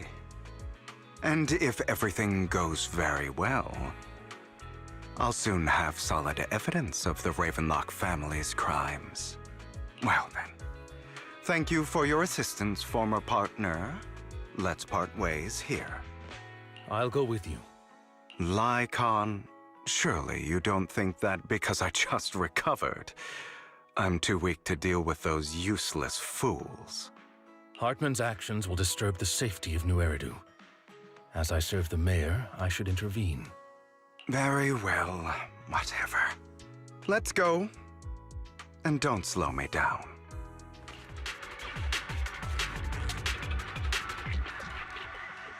There's more over there. Let's hurry. It's different this time. Don't rush in. Let's listen in on what they're saying first. I still need more direct evidence to ensure the plan is absolutely foolproof. The compensation you promised. It's all real, right? All we have to do is follow you into the hollow for some simple tasks, and you'll give us a huge sum of dennies. It sounds real suspicious. Shut your trap. You keep yapping and asking questions. If this is all so suspicious, why were you so eager to sign up for it? Because I don't have a choice. My daughter was previously caught in the hollow disaster and suffered severe corruption. The treatment costs have completely drained our family's savings. So that's why... It's the same for me. A serious illness at a senior age. I need the money. Who would risk taking a job like this unless they were desperate? I'll do it. No matter how suspicious. As long as I can get paid, I'll do anything. Even risk my life. Wait, you people from the Ravenlock family, you're part of a big company in Tops. You wouldn't go back on your word, right? Don't worry, you'll get every denny you were promised. But before we start, you all need to take this medicine first.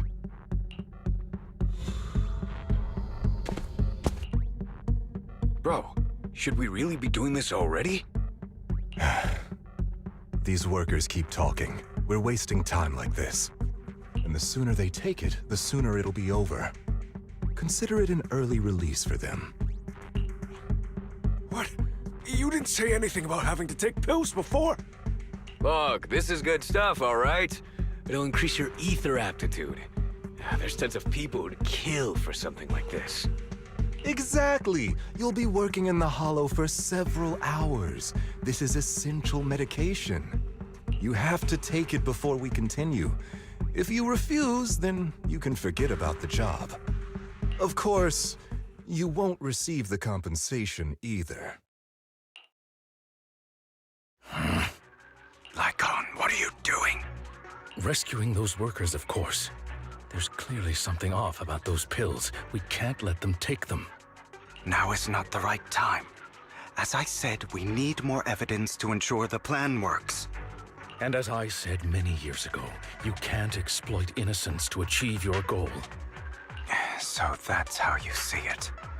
If that's not what you want me to think, then explain everything to me. All right. It's a little complicated, but simply put, these workers will be fine. Of course, it's your choice to trust me or not. But if you try to rush in, I will stop you. I trust you.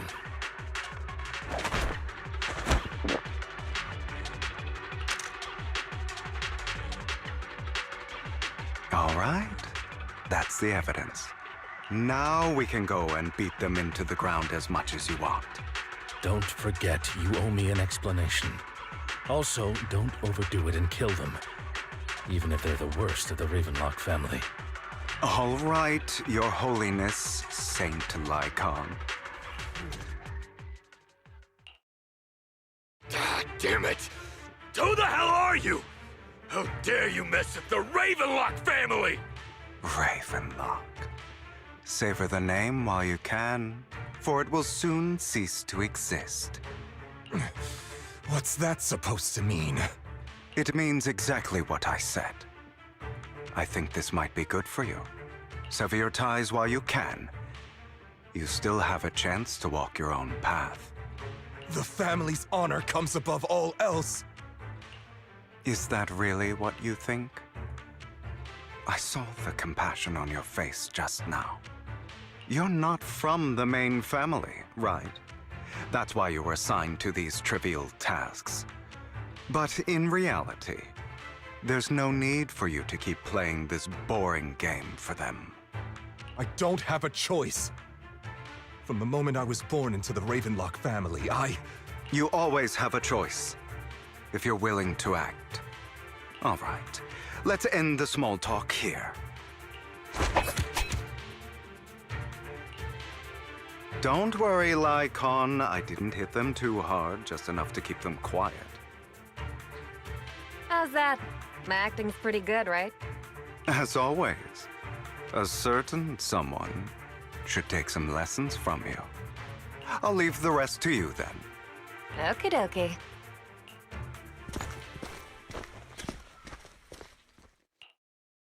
Okay, now can you tell me exactly what's going on here? As you can see, that worker just now was actually an informant of mine. The pills were swapped out with vitamin tablets. Outside of this batch, some workers have already taken the actual substance Hartman has.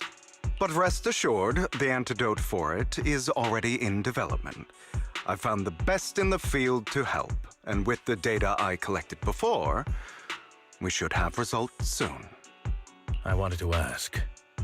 The reason you decided to lock yourself in a room and endure the effects of the drug, besides getting evidence, it was also to collect data on this drug in order to create an antidote, correct?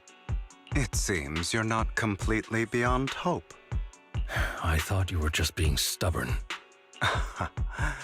Sometimes I wonder if you know me at all. Then, I have one last question. Why did you never tell me any of this back then? The truth is, I heard everything. That entire conversation between you and Jack. Before he passed away in that small attic. When Jack called you aside and gave you those warnings. When he told me you might go down the wrong path? That's right. You never said anything. What would I even do? Scream and rage over your suspicions, or get on my knees and beg for you to trust me? You know there's no way I'd allow myself to do such a thing. Besides, back then, even I was confused about myself. Jack, he... It's all in the past. You don't need to explain anything to me. Enough. We should get going. If we're going to reminisce over the past, we should find a more suitable location. Lycon, that incident back then, I didn't do it. It was a scheme Hartman devised to take over the family. It was Hartman who killed my father, too. I only discovered the truth long after the fact. I did indeed attack my father, and I thought he was dead. But he wasn't. I couldn't kill him. And even before that, if I hadn't hesitated, none of what followed would have happened. Even now, I still think they deserve death. But I no longer care to personally deliver that fate. They're beneath me. And I have more important things to do. You... I know we may never agree on that point, Lycon. I once wanted to fight against those ugly truths that defined me, but I discovered that the more I rejected them, the more painful it became. So, I could only accept that crazed, hateful, and malicious side of myself. As long as I know I will never become like my father, like Hartman, that is enough for me. You've changed. But I think that might be a good thing. Don't patronize me. You've changed a lot too, compared to before. I still disagree with Jack's words. And I won't forgive your betrayal. I will walk the path I believe is right, even if I must tread over thorns and through the mud. But I will also allow you to walk your own path, Lycon. Should I say thank you? You're welcome. Come to think of it, we haven't talked about your legs and eye. It was just an accident, not your fault. I'm doing well now. I hope you are too. On the contrary, perhaps I should be the one apologizing. I misjudged you. I used to think you wanted power, that everything you did was for your own ambitions. I thought you wanted the power to pass judgment on all in this world like a god. I am a god. Or you could say that in this world, everyone is their own god. There are many things that we are powerless to change. But there are also many choices we can make. Just as I said before, I am the only one who can kill me or save me. I'm glad you think that way. Let's go. I still have one last thing to do, to witness the end of Ravenlock. You really think you can take my place if I die? Never, you filthy bastard! Your little tricks mean nothing. As long as the Ravenlock family stands, I can still get back on my feet. You still don't get it, do you? This was never about avenging my father. And I don't care about taking your place. I didn't come this far just to kill you. That'd be pathetic. Right on cue. Why don't you take a look at this, Uncle?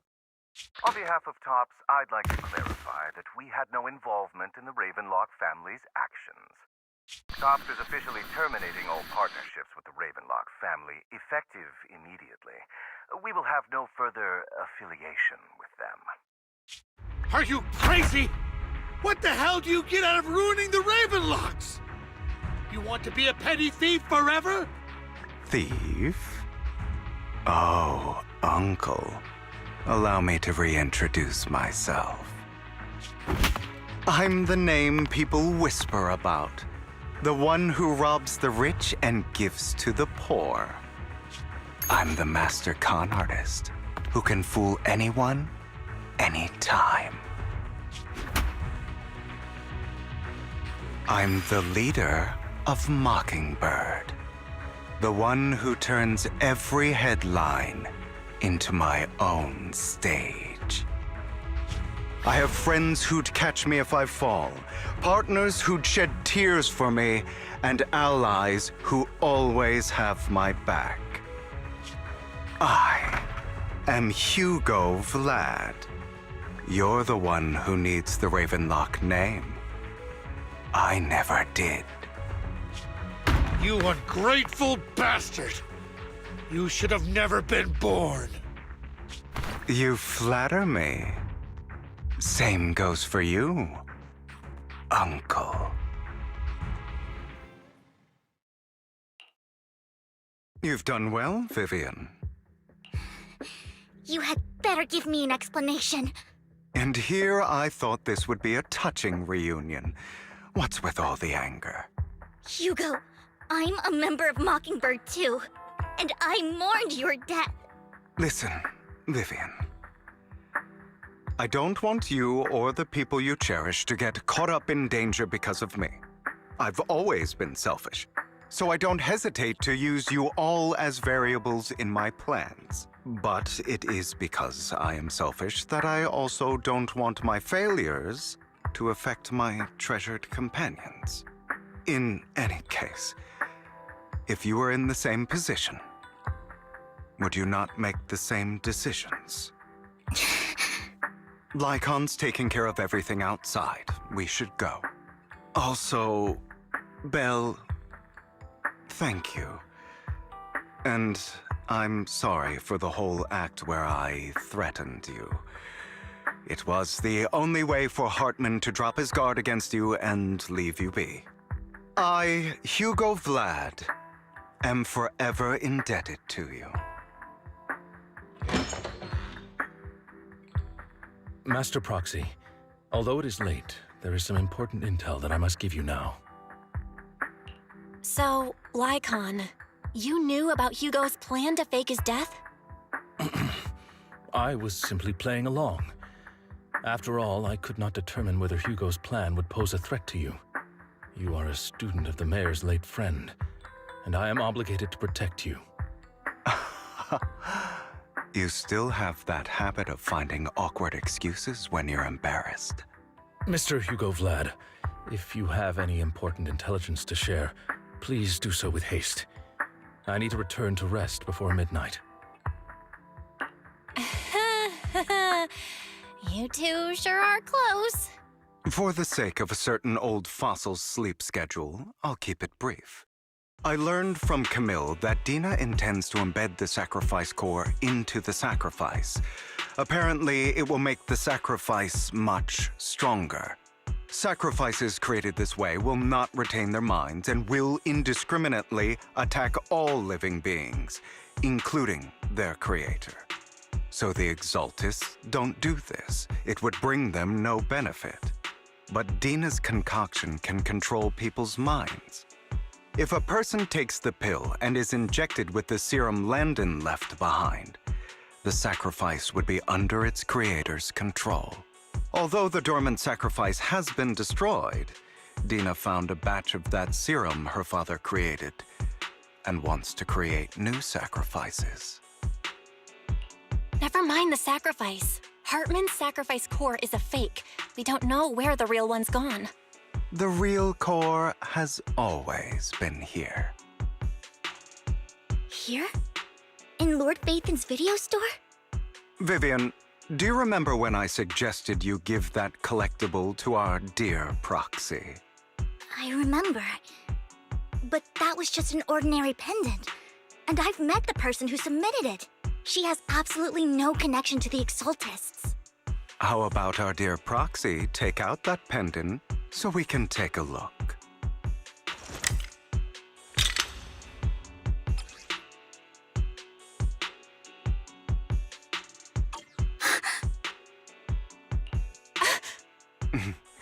I'll take your surprised expressions as a compliment for my little trick. I will hand over this core to the mayor as agreed. Since he fulfilled his promise to protect Vivian and the manager while I was pretending to be dead, I won't go back on my promises. No wonder the mayor would promote rhetoric favorable to Mockingbird. I can't believe I thought he was actually being sincere. Since we have the sacrifice core, all we have to do now is stop Dina from using innocent people to make more sacrifices. Yes, and we need to destroy the last batch of Landon's serum. Hopefully with no options left, Dina will give up her obsession. All right, that's the important stuff. I'm going to go and confirm where Landon's serum's been stashed. I'll contact you again once I have something.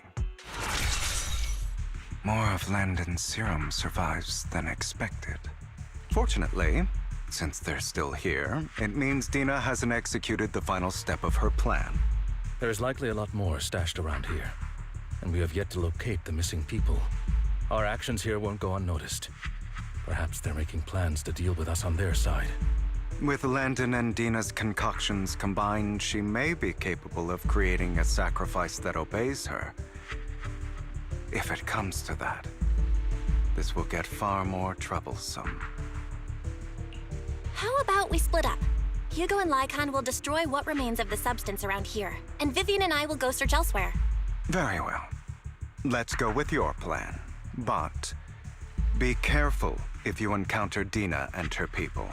According to Camille, she's absolutely obsessed with completing her father's dying wish. Who knows what she may try? Let's part ways here for now. And perhaps the other manager could use EOS to guide us. Sure. I've been feeling better these past few days, so just follow me. It's only now that I realize how fortunate we are to have two Lord Phaethans. Although, I feel like our work's doubled. In the past, Belle and I would only ever work on the same route. Greater power means more responsibility. And in any case, I'm sure the mayor would be able to provide double compensation. He's a very generous person, after all. Right, Lycon? I will request additional compensation from the mayor. Compensation is just one aspect. It's one thing with Belle being in the Hollow in person, but now with us working on separate routes, I can't help but worry even more for her safety. Oh, but I trust in your abilities. I'm just not quite used to this.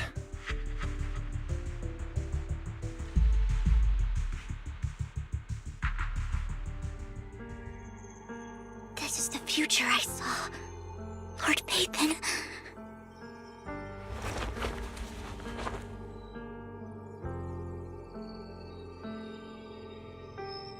I'm sorry.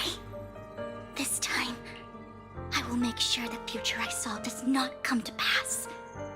I don't want to bring you misfortune. That's all I wish for. It must have been tough for you to find this place. Vivian, if you had stayed out of it, I wouldn't be so eager to get rid of you. Those people have been taken to safety. You're all out of options.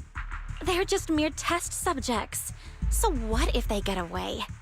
There will always be people consumed by greed, and therefore, they will come willingly to me. In any case, what are a few sacrifices in comparison to the completion of Father's grand ambition? Dina, you deceived those people. They didn't come willingly to you. You tricked them, just like Landon did back then.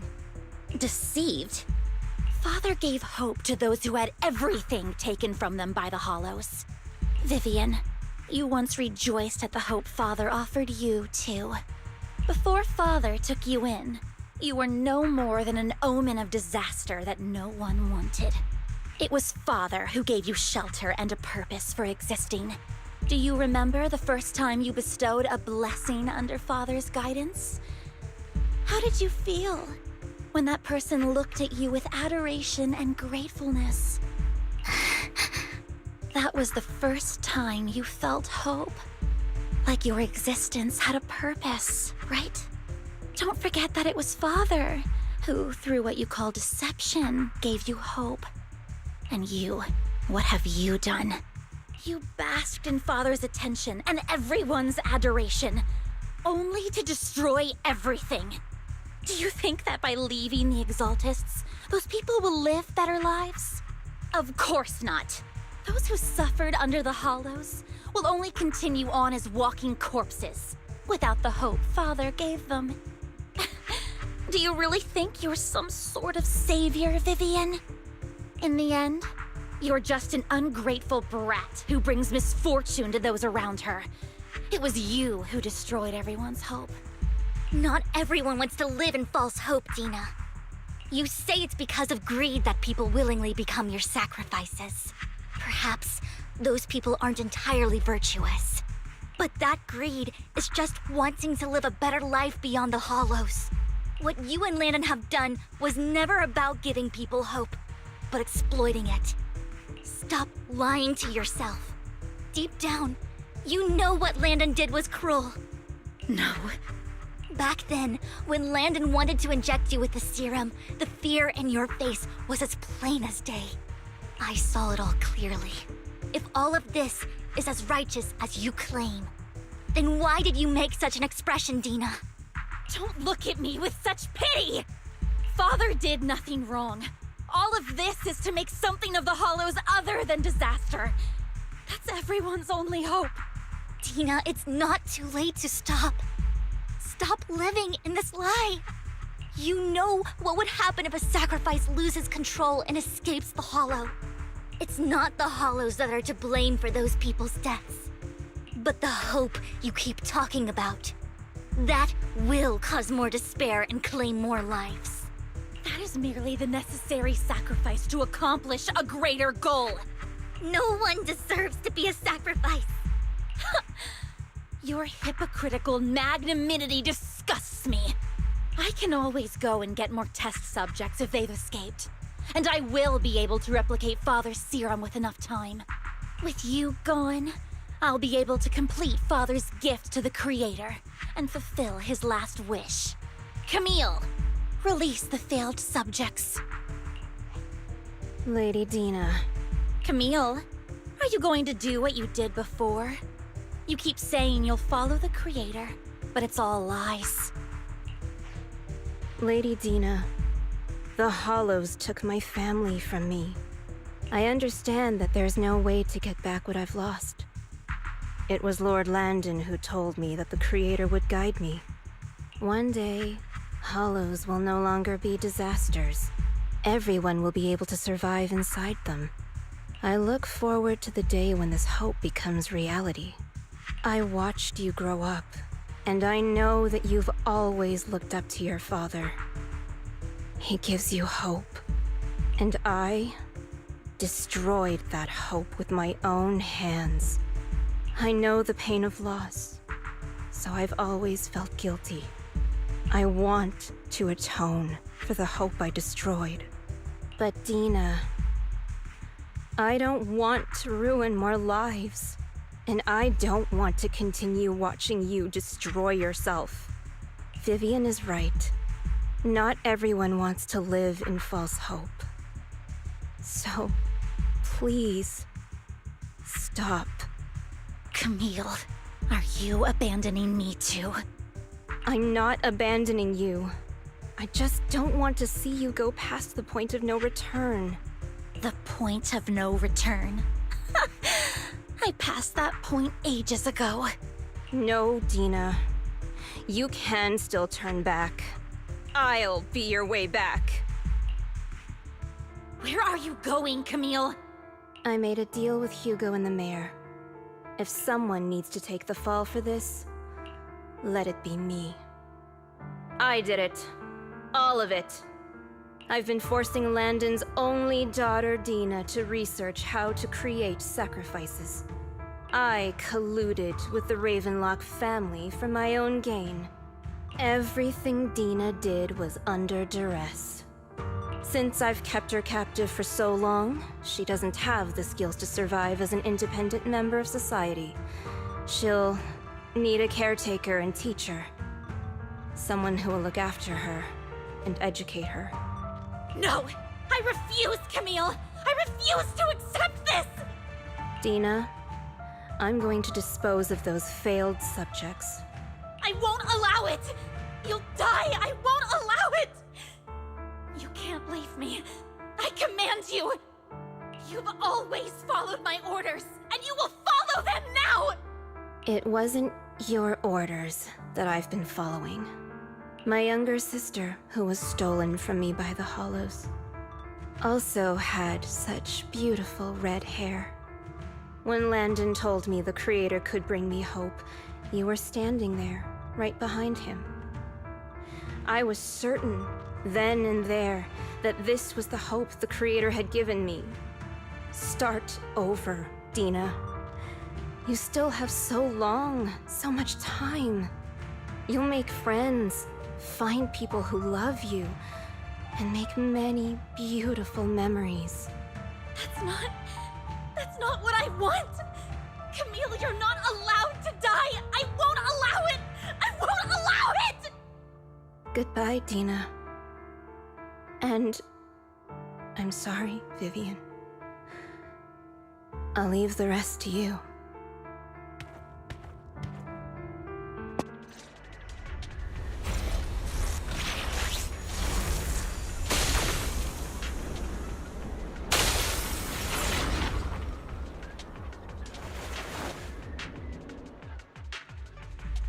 Are you satisfied now, Vivian?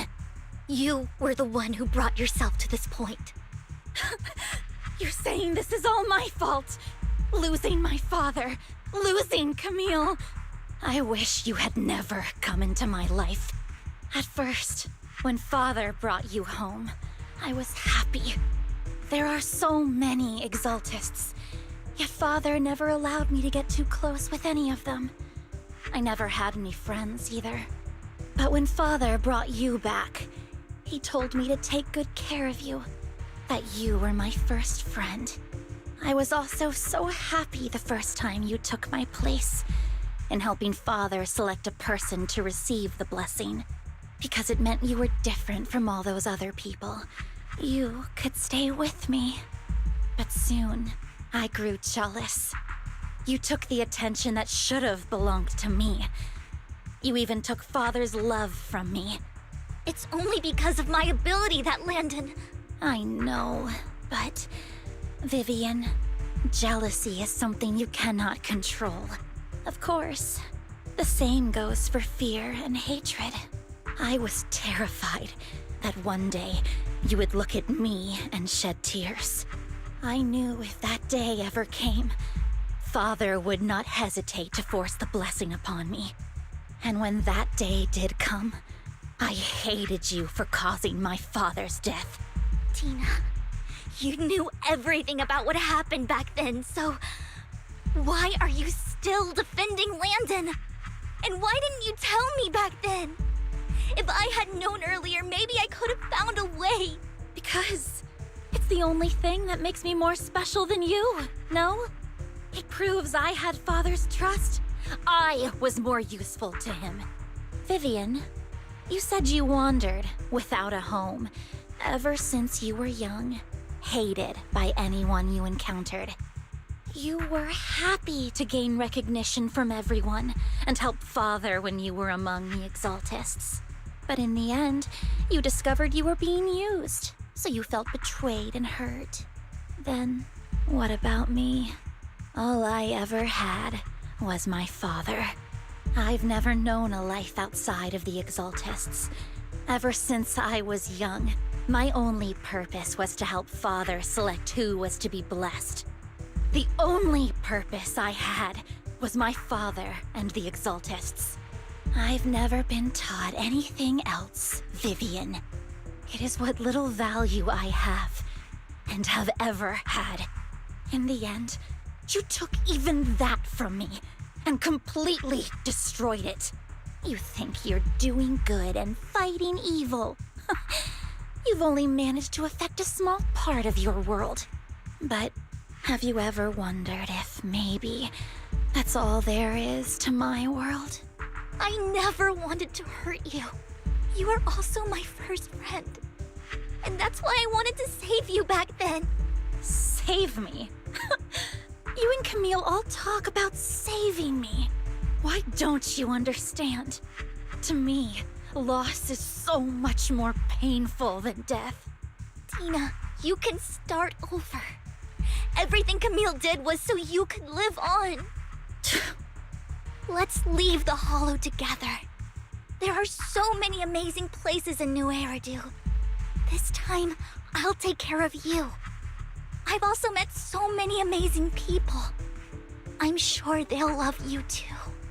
Okay, Tina? Vivian, I can't forgive you. And I don't want to forgive you. I have nothing left. If what little hatred I do still harbor were taken from me, well, I refuse to be so pitiful. I won't apologize, Vivian.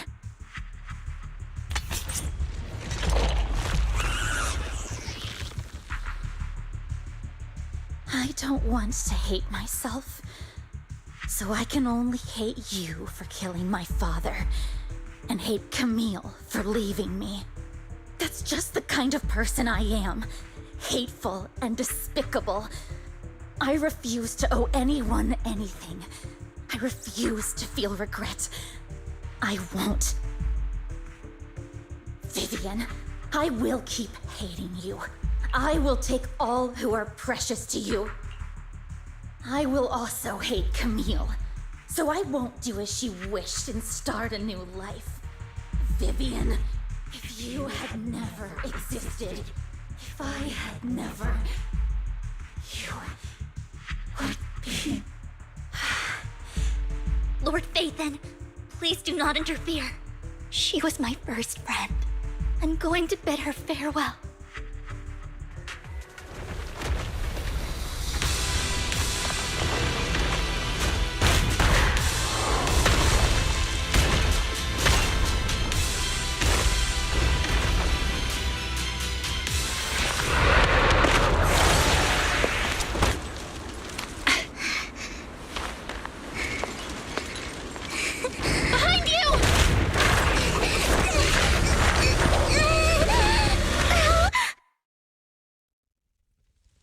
What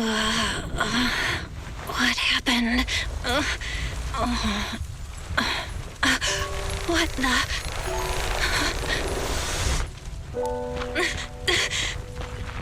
Vivian! Belle, don't come near me. This is my own choice.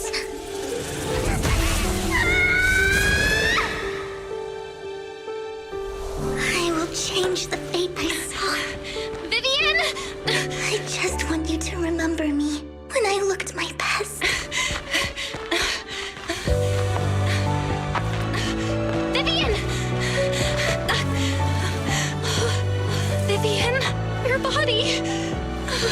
I'm sorry you had to see me like this, but I don't want to be the one that only brings misfortune anymore. No, please.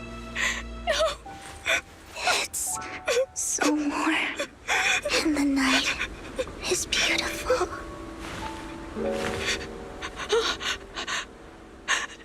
Vivian?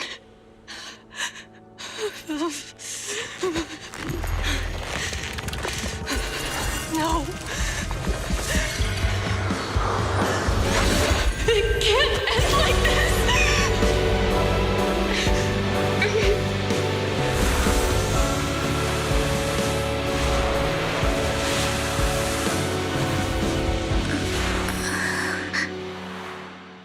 Belle, you're scaring me. Belle, I'm so glad you're awake. What happened? I remember Vivian and I... Wait, where's Vivian? She injected herself with Landon's serum. Hugo and Lycon brought you out of the hollow. You were in a coma and... I'm so glad you're safe. And you said Vivian used the serum on herself? But she looked fine to me, barring a couple of scratches. Hugo sent a message earlier saying he got her checked over, and she was all right. Can you recall what happened? The situation was dire, so Vivian used the serum on herself to defeat the ethereals. I saw the crystallization process starting to occur. And then I can't describe it, but I think I saw something. At the time, all I was thinking about was wanting to remove the crystals from Vivian. I don't even know what I did. But then I passed out, I guess. What happened after that? When I led Hugo and Lycon there, it was just you and Vivian lying on the ground. We didn't see anything else. Never mind that for now. Belle, do you feel any discomfort? Just a bit dizzy. For tonight, just get some rest. Hugo and Vivian said they'll come over tomorrow, so we'll discuss everything then. Okay. Good night, then. Lord Phaethon! How are you feeling? No headaches? Leg pains? Heart palpitations? Loss of appetite? Vivian? I was just so worried. Sorry. Anyway, Lord Phaethon, I'm so glad you're okay. What happened this time was all my fault. You only became an ethereal to defeat Dina. If it weren't for you, neither of us would have made it out alive. So, what happened? Belle said she saw the crystallization process start, but I didn't see anything through Eos. Hugo, Lycon, did either of you guys see anything strange? Allow me to explain. Miss Vivian told us what happened after she awoke, and the mayor arranged a full medical checkup for her. Based on the results, Miss Vivian indeed shows mild corruption sequelae. But if the crystallization process had already started, the lingering effects should be far more severe. To be precise, if the process had already reached the point of mass surface crystallization, it should have taken no time at all to become an ethereal. So, the mayor theorizes that it was the etheric energy within Master Proxy's body that affected Vivian's condition and the surrounding etheric particles, causing Vivian's corruption to recede. Essentially, corruption is a reaction between the etheric particles inside the body and in the surrounding environment. Therefore, it's not necessarily irreversible, just that Currently, our mainstream method of defense is prevention. How come I didn't know I had this ability? How's it even possible for me to influence other people's etheric particles? That makes it sound like I can manipulate etheric energy at will. Master Proxy, you are special. This is a gift your teacher left you. Our teacher? So this has to do with her? I don't know all the details, so I cannot explain everything to you. My apologies. However, Miss Yixuan might be able to answer some of your questions. She will visit you sometime soon, so please feel free to ask her any questions you may have.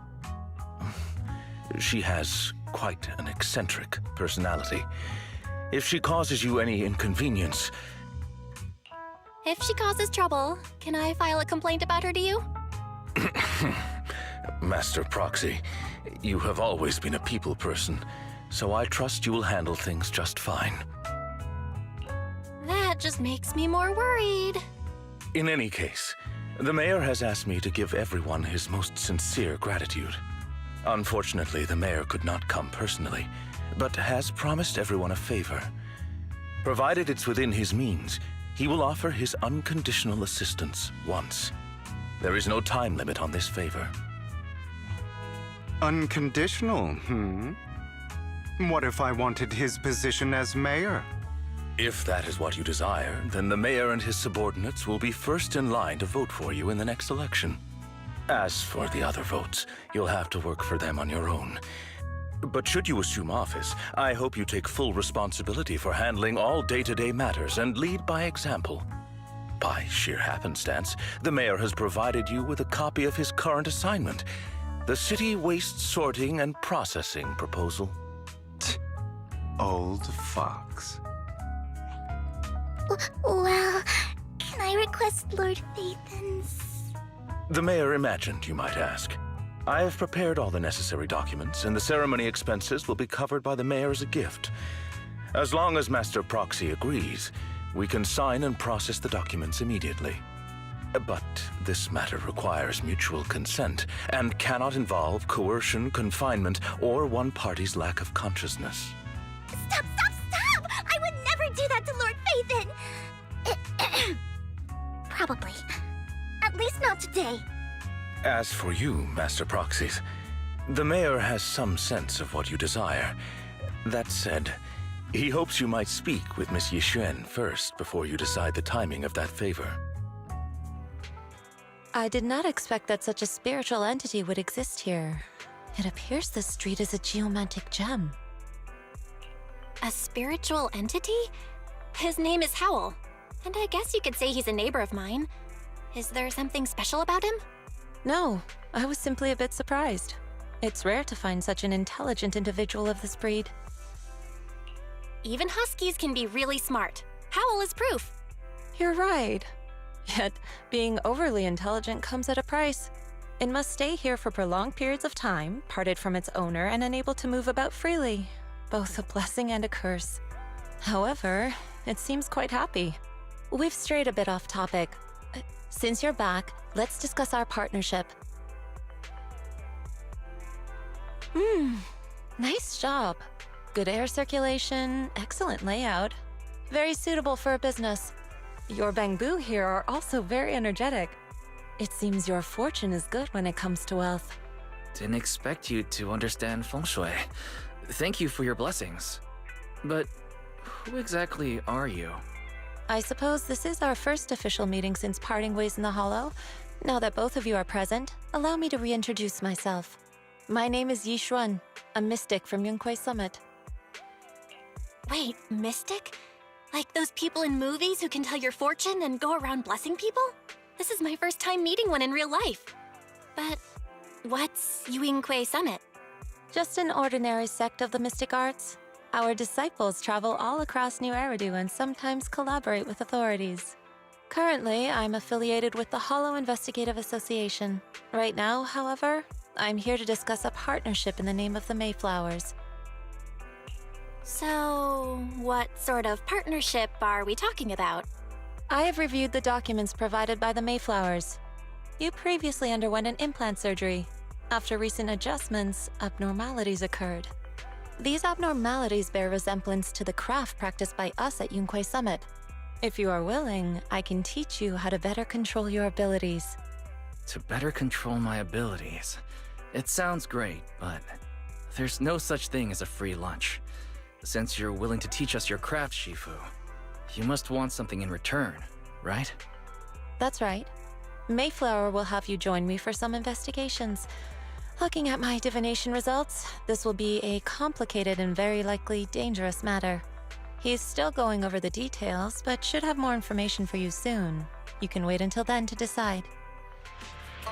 Please, help me check my fortune! Here's my pop. Look, doesn't this thick wealth line mean I'm about to strike it rich? I've looked it over, and your fortune is decent. Huh? You barely looked at it, and you're already done? You have good fortune. What? You don't believe me? I do. Thank you so much. Next, it's my turn. Hey, wait, hey, quit cutting in line. So, this is where you were. Who are all these people? You're here, Belle? I decided to take a break. I didn't expect so many people to come seeking my divination services. Don't worry, I need no more than a simple spell to solve this matter. Fortune-telling services is 10,000 dennies per session. All gone? Good. It seems the Banish Wealth and Desire spell is still effective. Banish wealth and desire? That's a spell? This isn't the kind of craft you said you were going to teach us, is it? Our video store has a business license, and we'd get complaints if we charged unfair rates. Of course not. This is just a trick to deal with trouble. I'll take my time showing you the true craft of Yunquei Summit. For now, let's find that shop. Ah, this is the one. Seems it's closed. Another wasted trip. Not necessarily. 1 second, please.